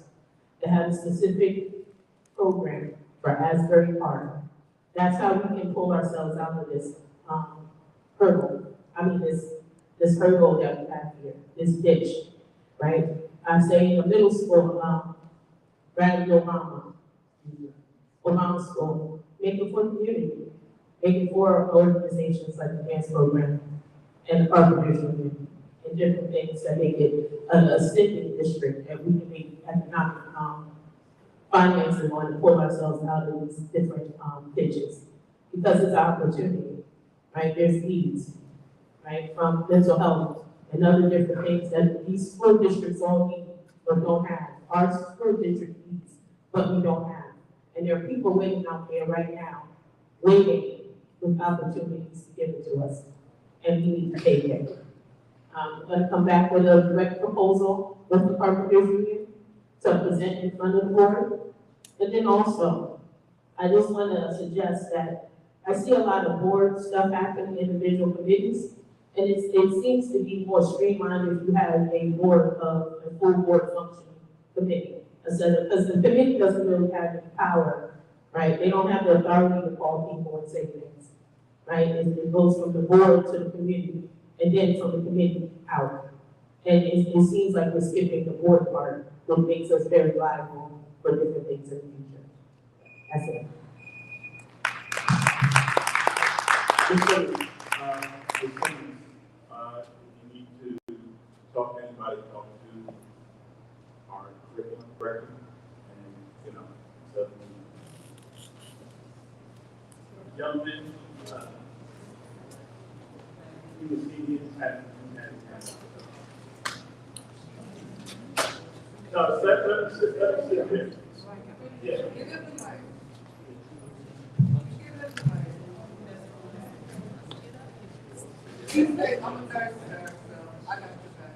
Thank you for having me. My name is Wade Walker. I used to live on 3rd Avenue, 4th Avenue, 7th Avenue, 1st Avenue. When you have a mental illness like I have, you've lived just about everywhere in the county. For 8.5 years, I worked with veterans, and for 39 years, I worked with mental health. The people who have the same illness that I have. The idea that I have is that I was really glad to see the energy of the people who are here and the young people that you represent. It's a lot to be proud of, and I have a couple of ideas that I'd like to share with you that I wrote down on my way coming here. I am very well aware and scared of the cuts that are coming down on the federal level. It is going to affect our community in a way that is really going to be devastating. And I would like us to get a hold of former Lieutenant Governor Wadagno and get fulfilled food for the poorest of our families, so that on Friday we can give kids a backpack full of food. I'm really worried about the Medicaid cuts, and where families are going to have to wonder whether they put food on the table, whether they can get the services that they need. One of the things that I think we need to do is to go to not only our governor, but our senators and our congressmen alone, and ask for a town hall meeting that they can meet with us, get our concerns, and I would like to help in any way that I possibly can. like I said, I've been an advocate for 39 years, and I'll be an advocate till the day I die.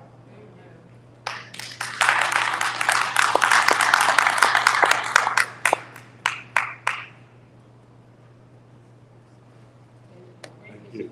Thank you.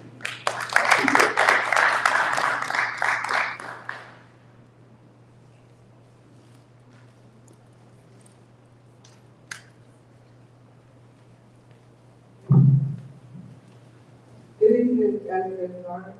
My name is Nancy Phillips, and I do not live in Asbury Park. I am homeless. What I came up here to say is, of course, y'all know that I follow the paper faithfully. For the past few years, I've been telling America how foul y'all was. For the past few years, I've been telling America how y'all been bringing school grades, how y'all was just passing children, y'all was giving out diplomas to kids who did not deserve to be walking the stage. You lie about the attendance, all of this stuff that I've been standing here telling y'all to y'all faces. Y'all all look at me like I had the dumb look, act like y'all didn't know what was going on, act like y'all didn't know that Mark Arpino was suspended when the coach was walking around the football field naked, acting like y'all not aware that the Marvin County prosecutor is currently investigating. I'm going to go out of time. I am talking. I have the floor here. Please what? I'm not making accusations. In Asbury Park, the Mountain County prosecutor, Mark of what? No. Well, according to the Asbury Park press, I read the paper. So I just want to explain the facts. Explain the facts. Does the Mountain County prosecutor, Mark Spence, currently investigating the superintendent Mark Arpino? Yes or no? Yes or no? You've been investigating. Oh, okay. Okay, well, allegedly, according to the Asbury Park press, but that's neither here nor there. You're worried about me, worried about the board that's suing you. Every board member is suing everybody. You see that being worried about we don't have funds. Of course you don't have funds, because they're all going to be issued out of a lawsuit. Mark Arpino is suing, Dr. Sean Adams is suing. You got like 5 current lawsuits, and y'all worried about Chromebook. And we got our yeah, so what? So we Neptune, and every student in Neptune has a Chromebook. Y'all like y'all 150 Chromebooks is more. We have more Chromebooks than the students. Then how many students do you have? It's an embarrassment. Y'all don't care about the students. Y'all sit here and act like we are a team. We have morals. We have ethics. It's a front for the people who don't know better. It's a front for the people who don't read the paper and know how foul y'all are. We're not getting millions of dollars for us to pay for this nigga that's suing y'all. Meanwhile, we put a damn phone. They got to make that to try to sue y'all. I'm so done here. I wouldn't send my dog there. But that's just me. I'm a Neptune. But whatever.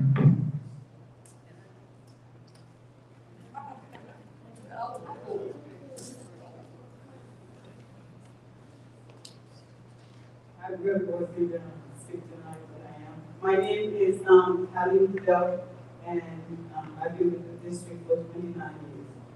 I'm an ESL bilingual teacher. 2 things. I heard, I don't know if I'm allowed to talk about it, but Ms. Glassman said something about the health insurance that they're trying to explore. I don't know if it's going to change or not.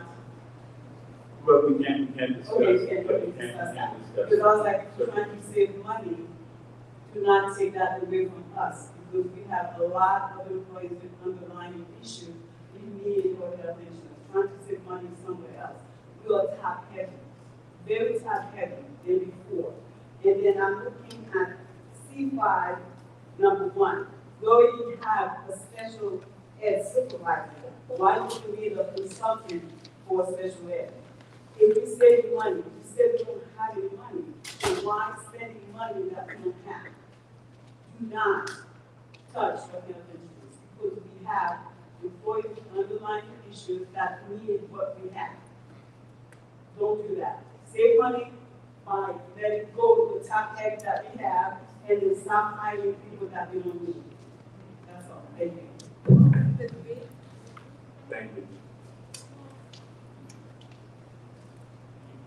Anyone else?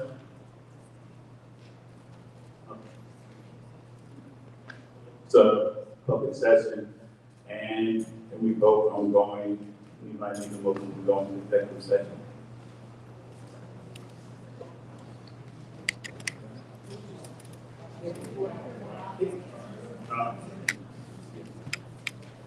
Yeah. Monthly hit report. Yes, we had 3 incidents this month. One was founded, and those students are going through the proper counseling through the guidance counselors in the building. We had 3 incidents going on in February. Thank you. Superintendent report. That was the first thing. State monitor. Sorry, before we do the superintendent's report, I have a class. If I may. What thing did you do? I just had a quick request for the ongoing superintendent report, if I might read it now, so we can talk about it. Oh, okay. Okay. And I was just wondering if it was great to hear from the principals tonight about the enrollment and attendance. And I know we've gotten reports in the past, or the community past. What I would like to propose is that each month during the superintendent's report, since it's on the agenda always, are that we hear from the superintendent as to the overall student attendance report by school. That includes the number of days possible, days absent, the percentage of attendance. And then similarly for the staff, the same report by school, and as well as, how many students we have in each school each month. So it's just a request, and we've had a lot of discussion about transparency, giving the community information they ask for regularly. Yes, the principal were transparent, I get all the information, but I would think that I'm advising that. Thank you. What I'd like to do then is make a motion for the board that we ask the superintendent to report on attendance by students and staff and enrollment every month by school. So I make that motion. Is there a second? I'll second it, because it used to be part of the regular agenda until sometime during the day that much. The only concern that I would have is you're actually imposing additional requirements on the superintendent beyond what his contract requires. To the extent that you want to ask the administration to report out that information on a monthly basis, that's fine. And they can certainly do that. But what you're actually doing by this motion is directing the superintendent to do something in terms of his job function that I would say can be done in another way without possibly violating the Ethics Act. So I don't see how it violates the Ethics Act for reporting attendance. I reviewed other minutes of other local districts, and each of them report monthly on attendance and enrollment. So it's pretty bad. Okay? So I don't understand why reporting to the board the status of the district would fall outside of this contract. So if you could explain to me how that is, that would be great. You're directing the superintendent to do something, and that is administrative. The information that you're requesting can and should be provided to you, but just not you. Don't do it by directing the superintendent to it, because it's going to open you up to other issues. To the extent that the board would like that information on a monthly basis, it can be reported out here in public from the administration, not a problem. I'm just saying the way that you're going about it right now is giving me cause for concern. You can continue to do what you plan to do. That's not a problem. Well, it might be a problem. We'll find out. I'm just suggesting that we do it a different way and ask the administration to report out. Then that way it's an option. Okay, so could you explain to me? Can I make a suggestion? No, I just one second. So the only individual in the school district that the Board of Education has any authority over, right, to request anything from is the superintendent. He's official, for lack of a better phrase, our only employee, right? His responsibility is directly connected to administering the school district. So what I'm asking is that he provide numbers every month, numbers that I've seen presented in this forum by the superintendent in the past, but on a regular basis, so that we as Board of Education can see where things are going, what is the trajectory. And so I don't understand what potential, if you can explain to us what potential concerns there are, because there's a motion and there's a second.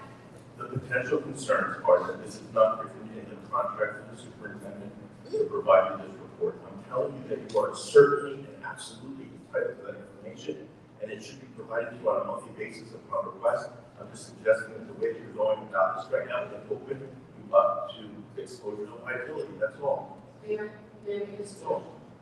if you modify your motion that the board president work with the superintendent to provide monthly updates to student attendance, staff attendance, and enrollment of each school, which I believe even attendance in general is a responsibility to put out. If we can just modify the motion to have the board president work with the superintendent to ensure that information appears on the agenda each month. There you go.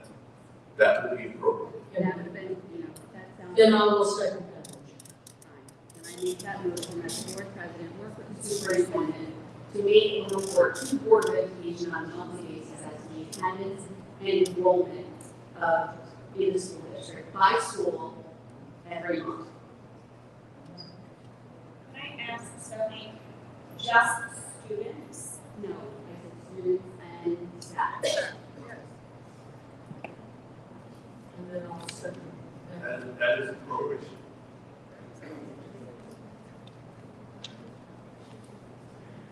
We have a motion that we have, I will work with the superintendent to have them provide information on student enrollment, student attendance, and staff for each board.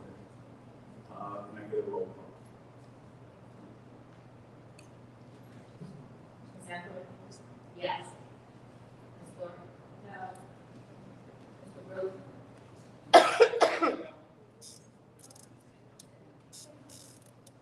Mr. Lockhart? Yes. Mrs. Sinsky? Yes. Dr. Kennedy? No. Ms. Drake? Yes. Ms. Weiser? No. No. What? Why wouldn't you have? You said those items to the public, so I'm not quite sure why we would vote no on that resolution, and especially Ms. Rachel just said, we talk about transparency, public needs to know what the enrollment is. We need to know, like, yes. It's not something that's a secret. It's not a secret. Right now, we're getting into a characteristic of whether we want to be transparent. I think we had a great experience that our principals, and I can work with the superintendent to request that information, even you, knowing how we're doing it, but making requirements and opening us either to the evaluation, depending on a lot of this stuff, the actual significance of negotiations, do a lot of these things. But like I said, I want to see the empowerment, probably the support, the staff taking more control, giving us information on all these incidents, situations like we just did today. I actually don't think anybody in this room was against the fact that the principals gave these great performances of information of what we did. So what we do is I will talk to the superintendent and work out a way of getting this information out and formulate it where we're discussing how we're making sure we get the parent focus on this. That's not unity. Thank you. That's not trust at all. So Our next step is to do the motion to go into executive, and it's going to be an extended amount of time. The next item is the state monitors Oh, so they're quiet. This just reads on one. And state monitor is pretty much the prior month since the next focus huge majority of efforts actually on the development of the program. That's pretty much my focus and my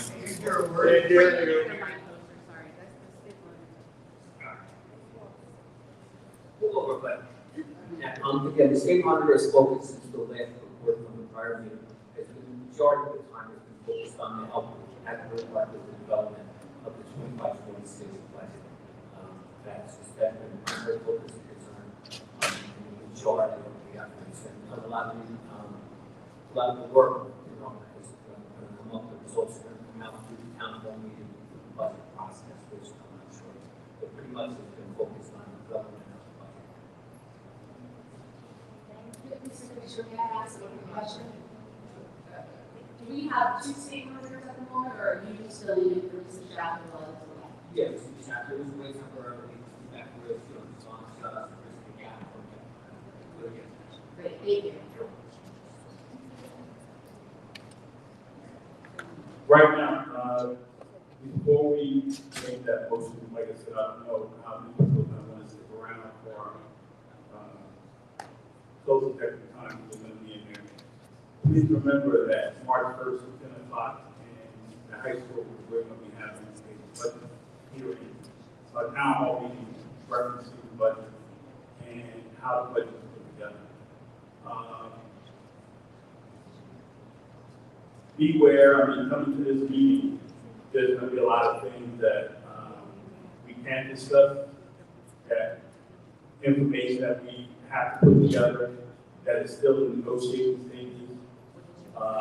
But hopefully we're going to give a presentation that will tell you how this budget is coming together, how we got here, what we're looking at. And also, I just wanted to say again, we're continuing working with the state and the state legislature to actually work on S2 and getting S2 changed to help accommodate our districts and many other districts in the state. So we're on a continual basis with our legislature to basically try to formulate getting this done. But if we can make a motion to go into executive session, like I said, it's going to be Second.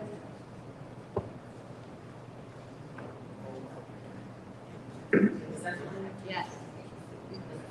Yes. Yes. Yeah.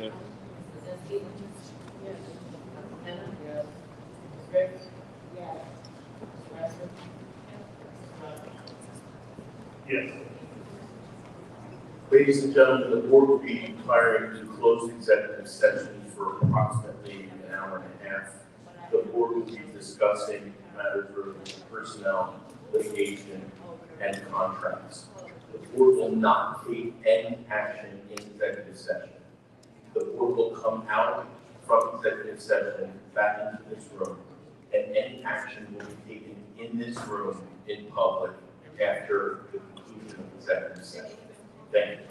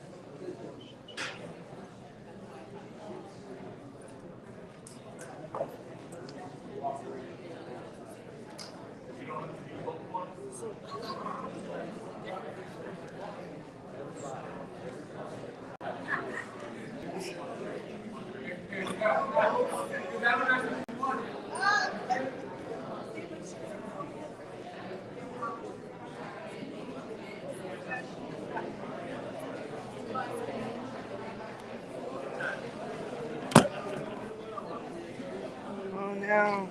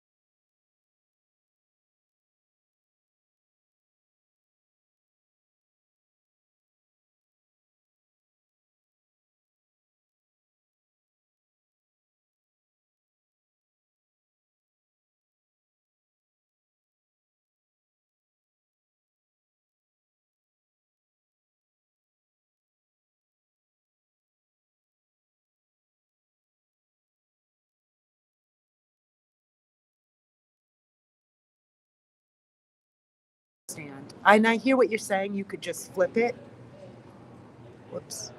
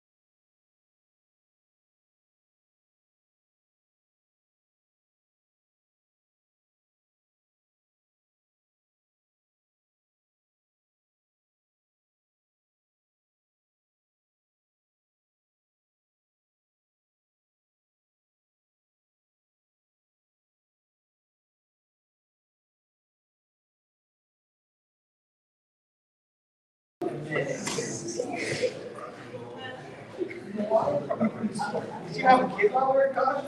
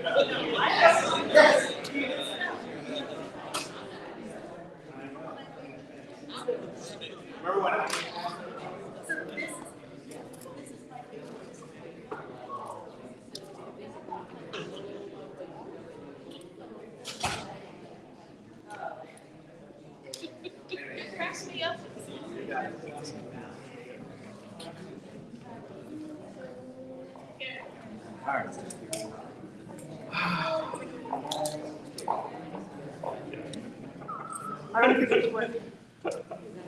The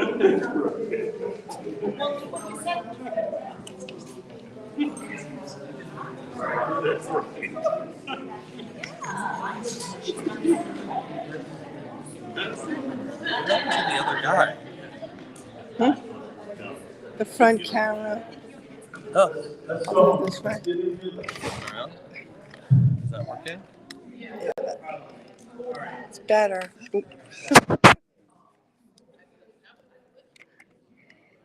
There we go. Do you want to just hold it? Yeah, I'll hold it.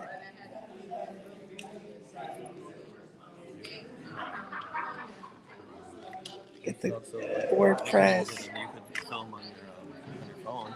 I know, but I think I got it. You sure?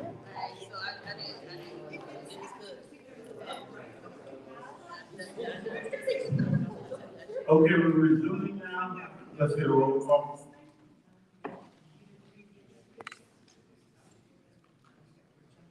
Ms. Ackerman here. Ms. Walker here. Ms. Rose.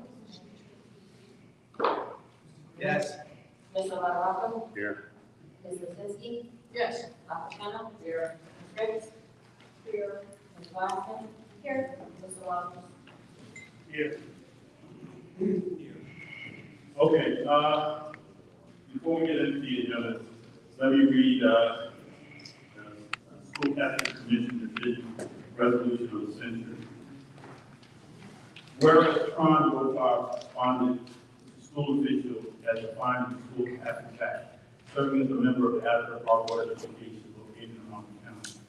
Whereas the decision dated November 26, 2024, the State Ethics Commission found that the respondent failed to file a complete personal, relative, and financial disclosure statement as required by NJSA 18A 12-25, NJSA 18A 26-12-26, and NJA 6A:28-31.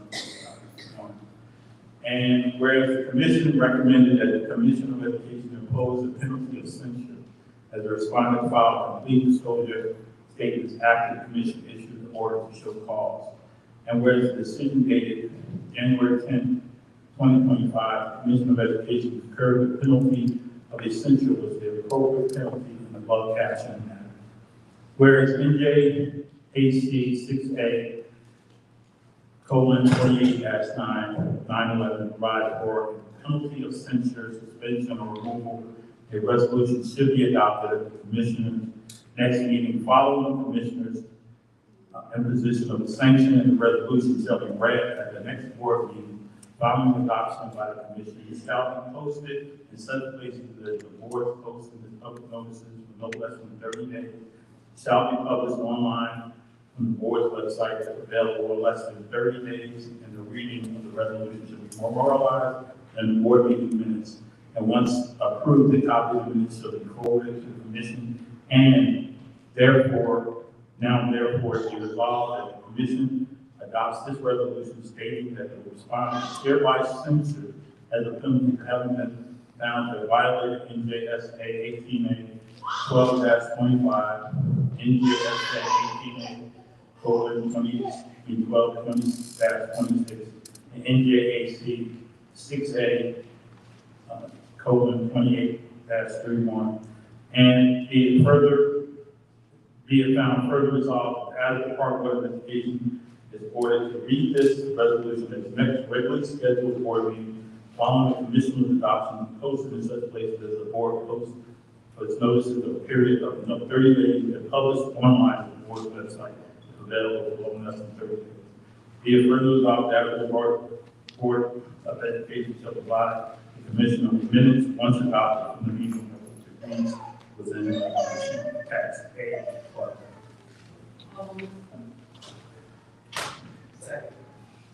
Roll call. Roll call. Ms. Ashland? Yes. Ms. Clark? Yes. Mr. Rhodes? Yes. Mr. Larrabell?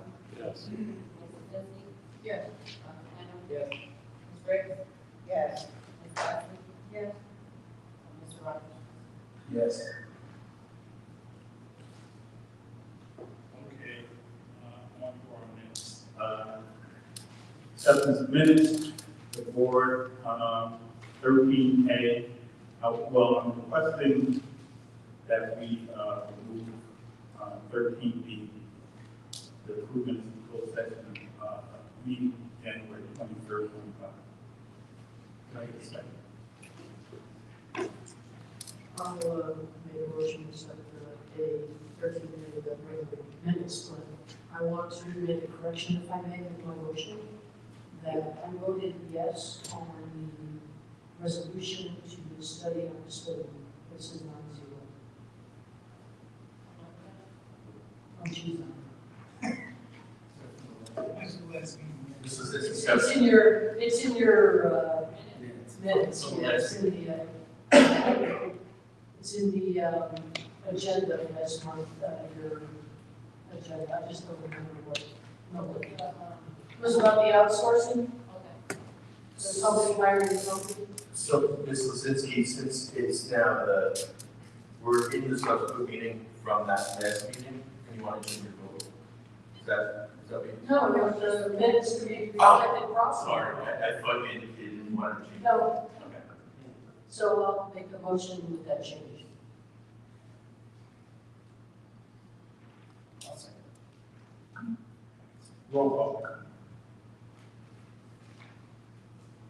Are we doing a motion to approve 13A, not 13B, with the correction of Ms. Lisinski's vote? Yes.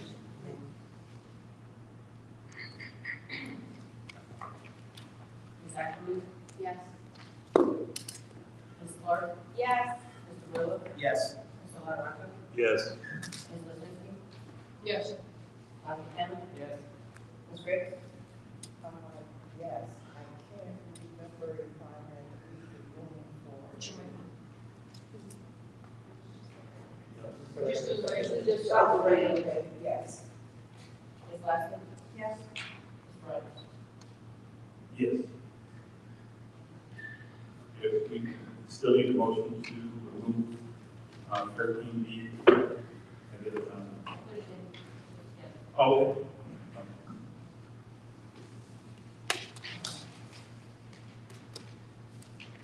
So we do a consistent agenda for the BTS. You want to do B8.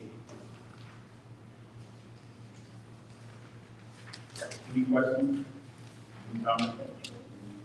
Tracy, did you move to eliminate the closed session? You didn't get it. No, I didn't give it to you because it was a mistake on it, so I didn't put it in, it's not clarified. So, do we get a second on? Second.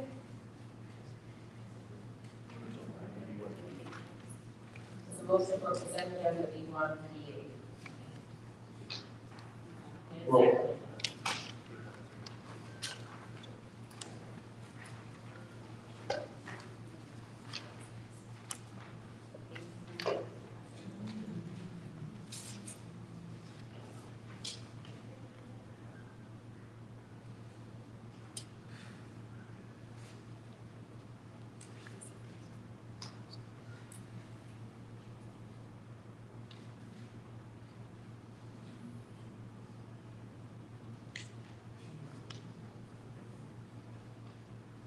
Ms. Akron, ready?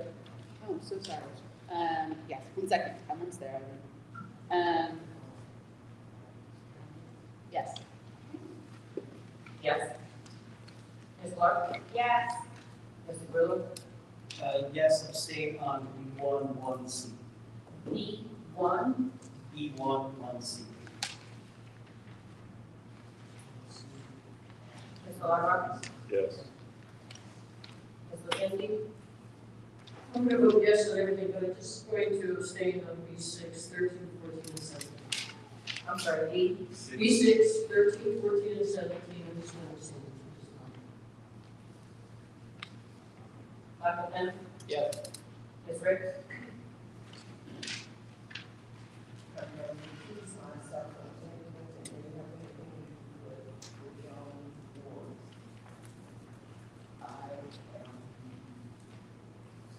Administrative, I'm not sure if I can reduce myself because I don't know what that is.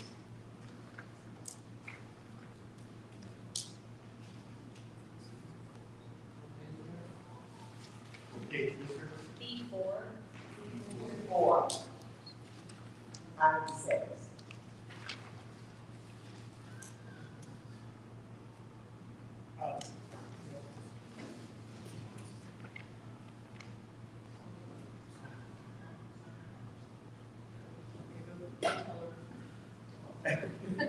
I was just gonna say. Turn your mic over.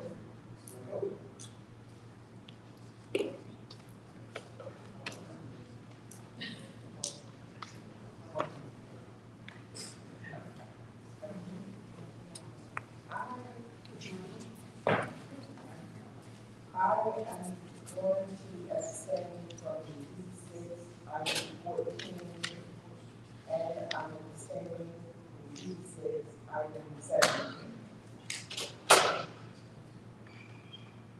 Everything else, yes. You're abstaining from B6, 14, and 17, recused, and conjunct, and voting yes to all. No, I'm good on B6, I'm voting yes on B6. Except for 14 and 17. Yeah, 14 and 17, yes.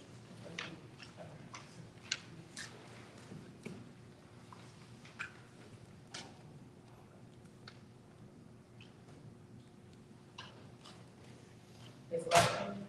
Yes. Ms. Larkin? yes. Yes. Motions for Can I just say something about the business administrators? I mentioned about the Girl Scouts, so you said that they're not going to be, that they're just going to be teaching staff, so they don't necessarily choose staff. Okay. Okay.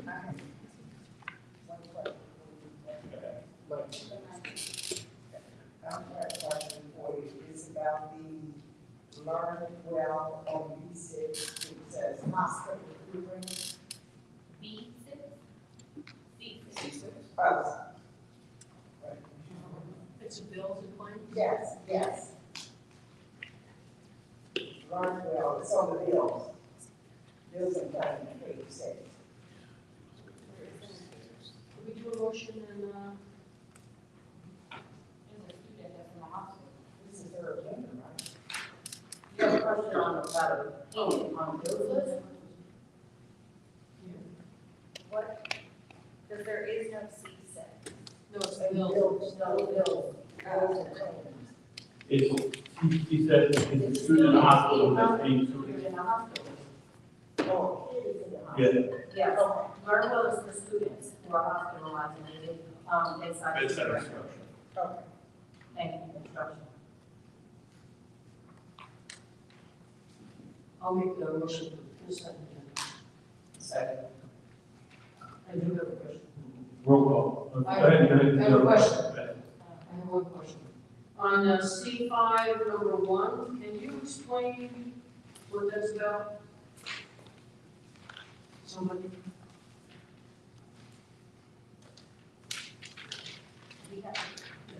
Oh, that we have to go back out to RFP it. Because the first one we went out, it was in violation. With one didn't have a qualification and the other one at the price. What's up for another special ed consultant services? Yes. Or did we approve one? No, we didn't. I never brought it up to the board, so we're asking the board if you want to go back out. Is this an additional consultant or? It's whoever applied, whoever responds to the RFP. The first time we did it, we only had 2 respondents. One didn't put the price in. Would it be a second one? It's just, Yeah, but we have several special education consultants. I was just wondering what the purpose of this one was. No, the other one has been gone, and they're asking for another. Just have You still have it? We've already, we've already line out and decided to fill the position, you're asking for permission to RFP. that's it. I thought we had bullet points, behavioral, and there was another one. Okay, those are different. When you talk behavioral, that's classroom. That's not special ed consultant. Behavioral, they work directly with students.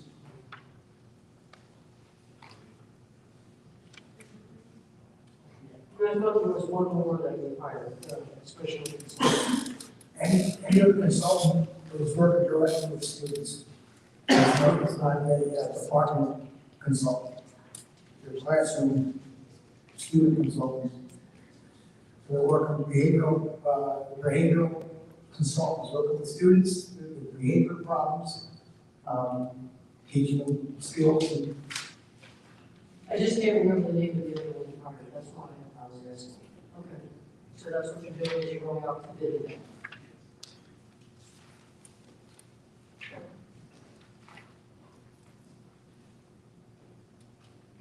No more questions? Ms. Ashland? I have one question. All right. On C5,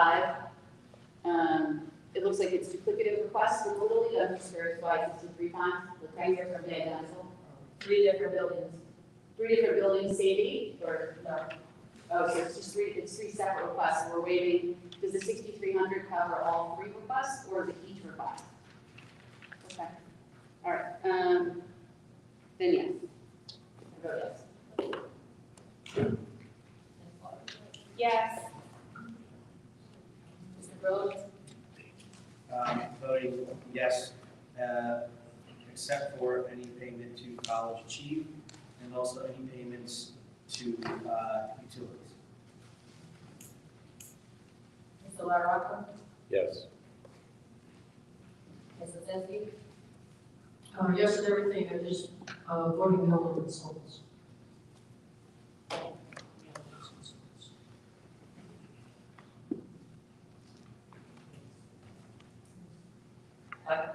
Yes on everything except anything having to do with College Achieve. Ms. Ricker? Yes, on everything. Ms. Glassman? Yes, except for C1A College Achieve. Mr. Rogers?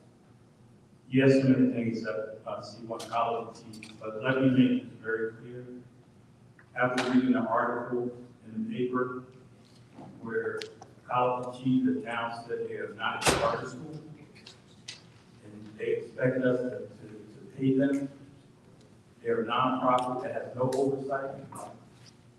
I hope everyone on this board knows that this is taxpayer money that we continue to pay.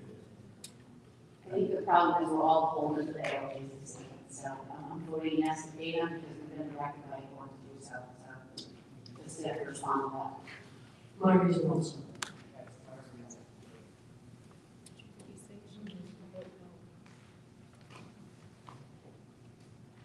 Is that it? Let's just hope everyone shows up on March 1st. Oh, yeah. We did. We voted for it. We did. We did. We voted for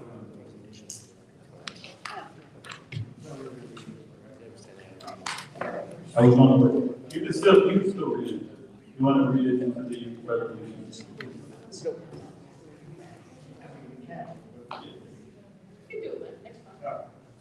Yeah, we'll read it into the record next time. It's been 4.5 hours.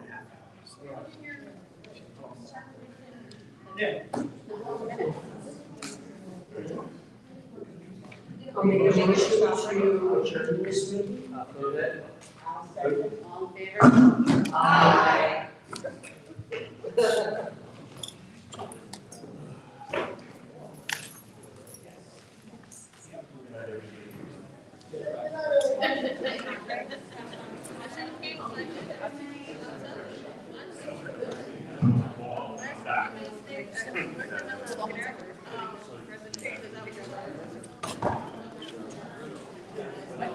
Bye.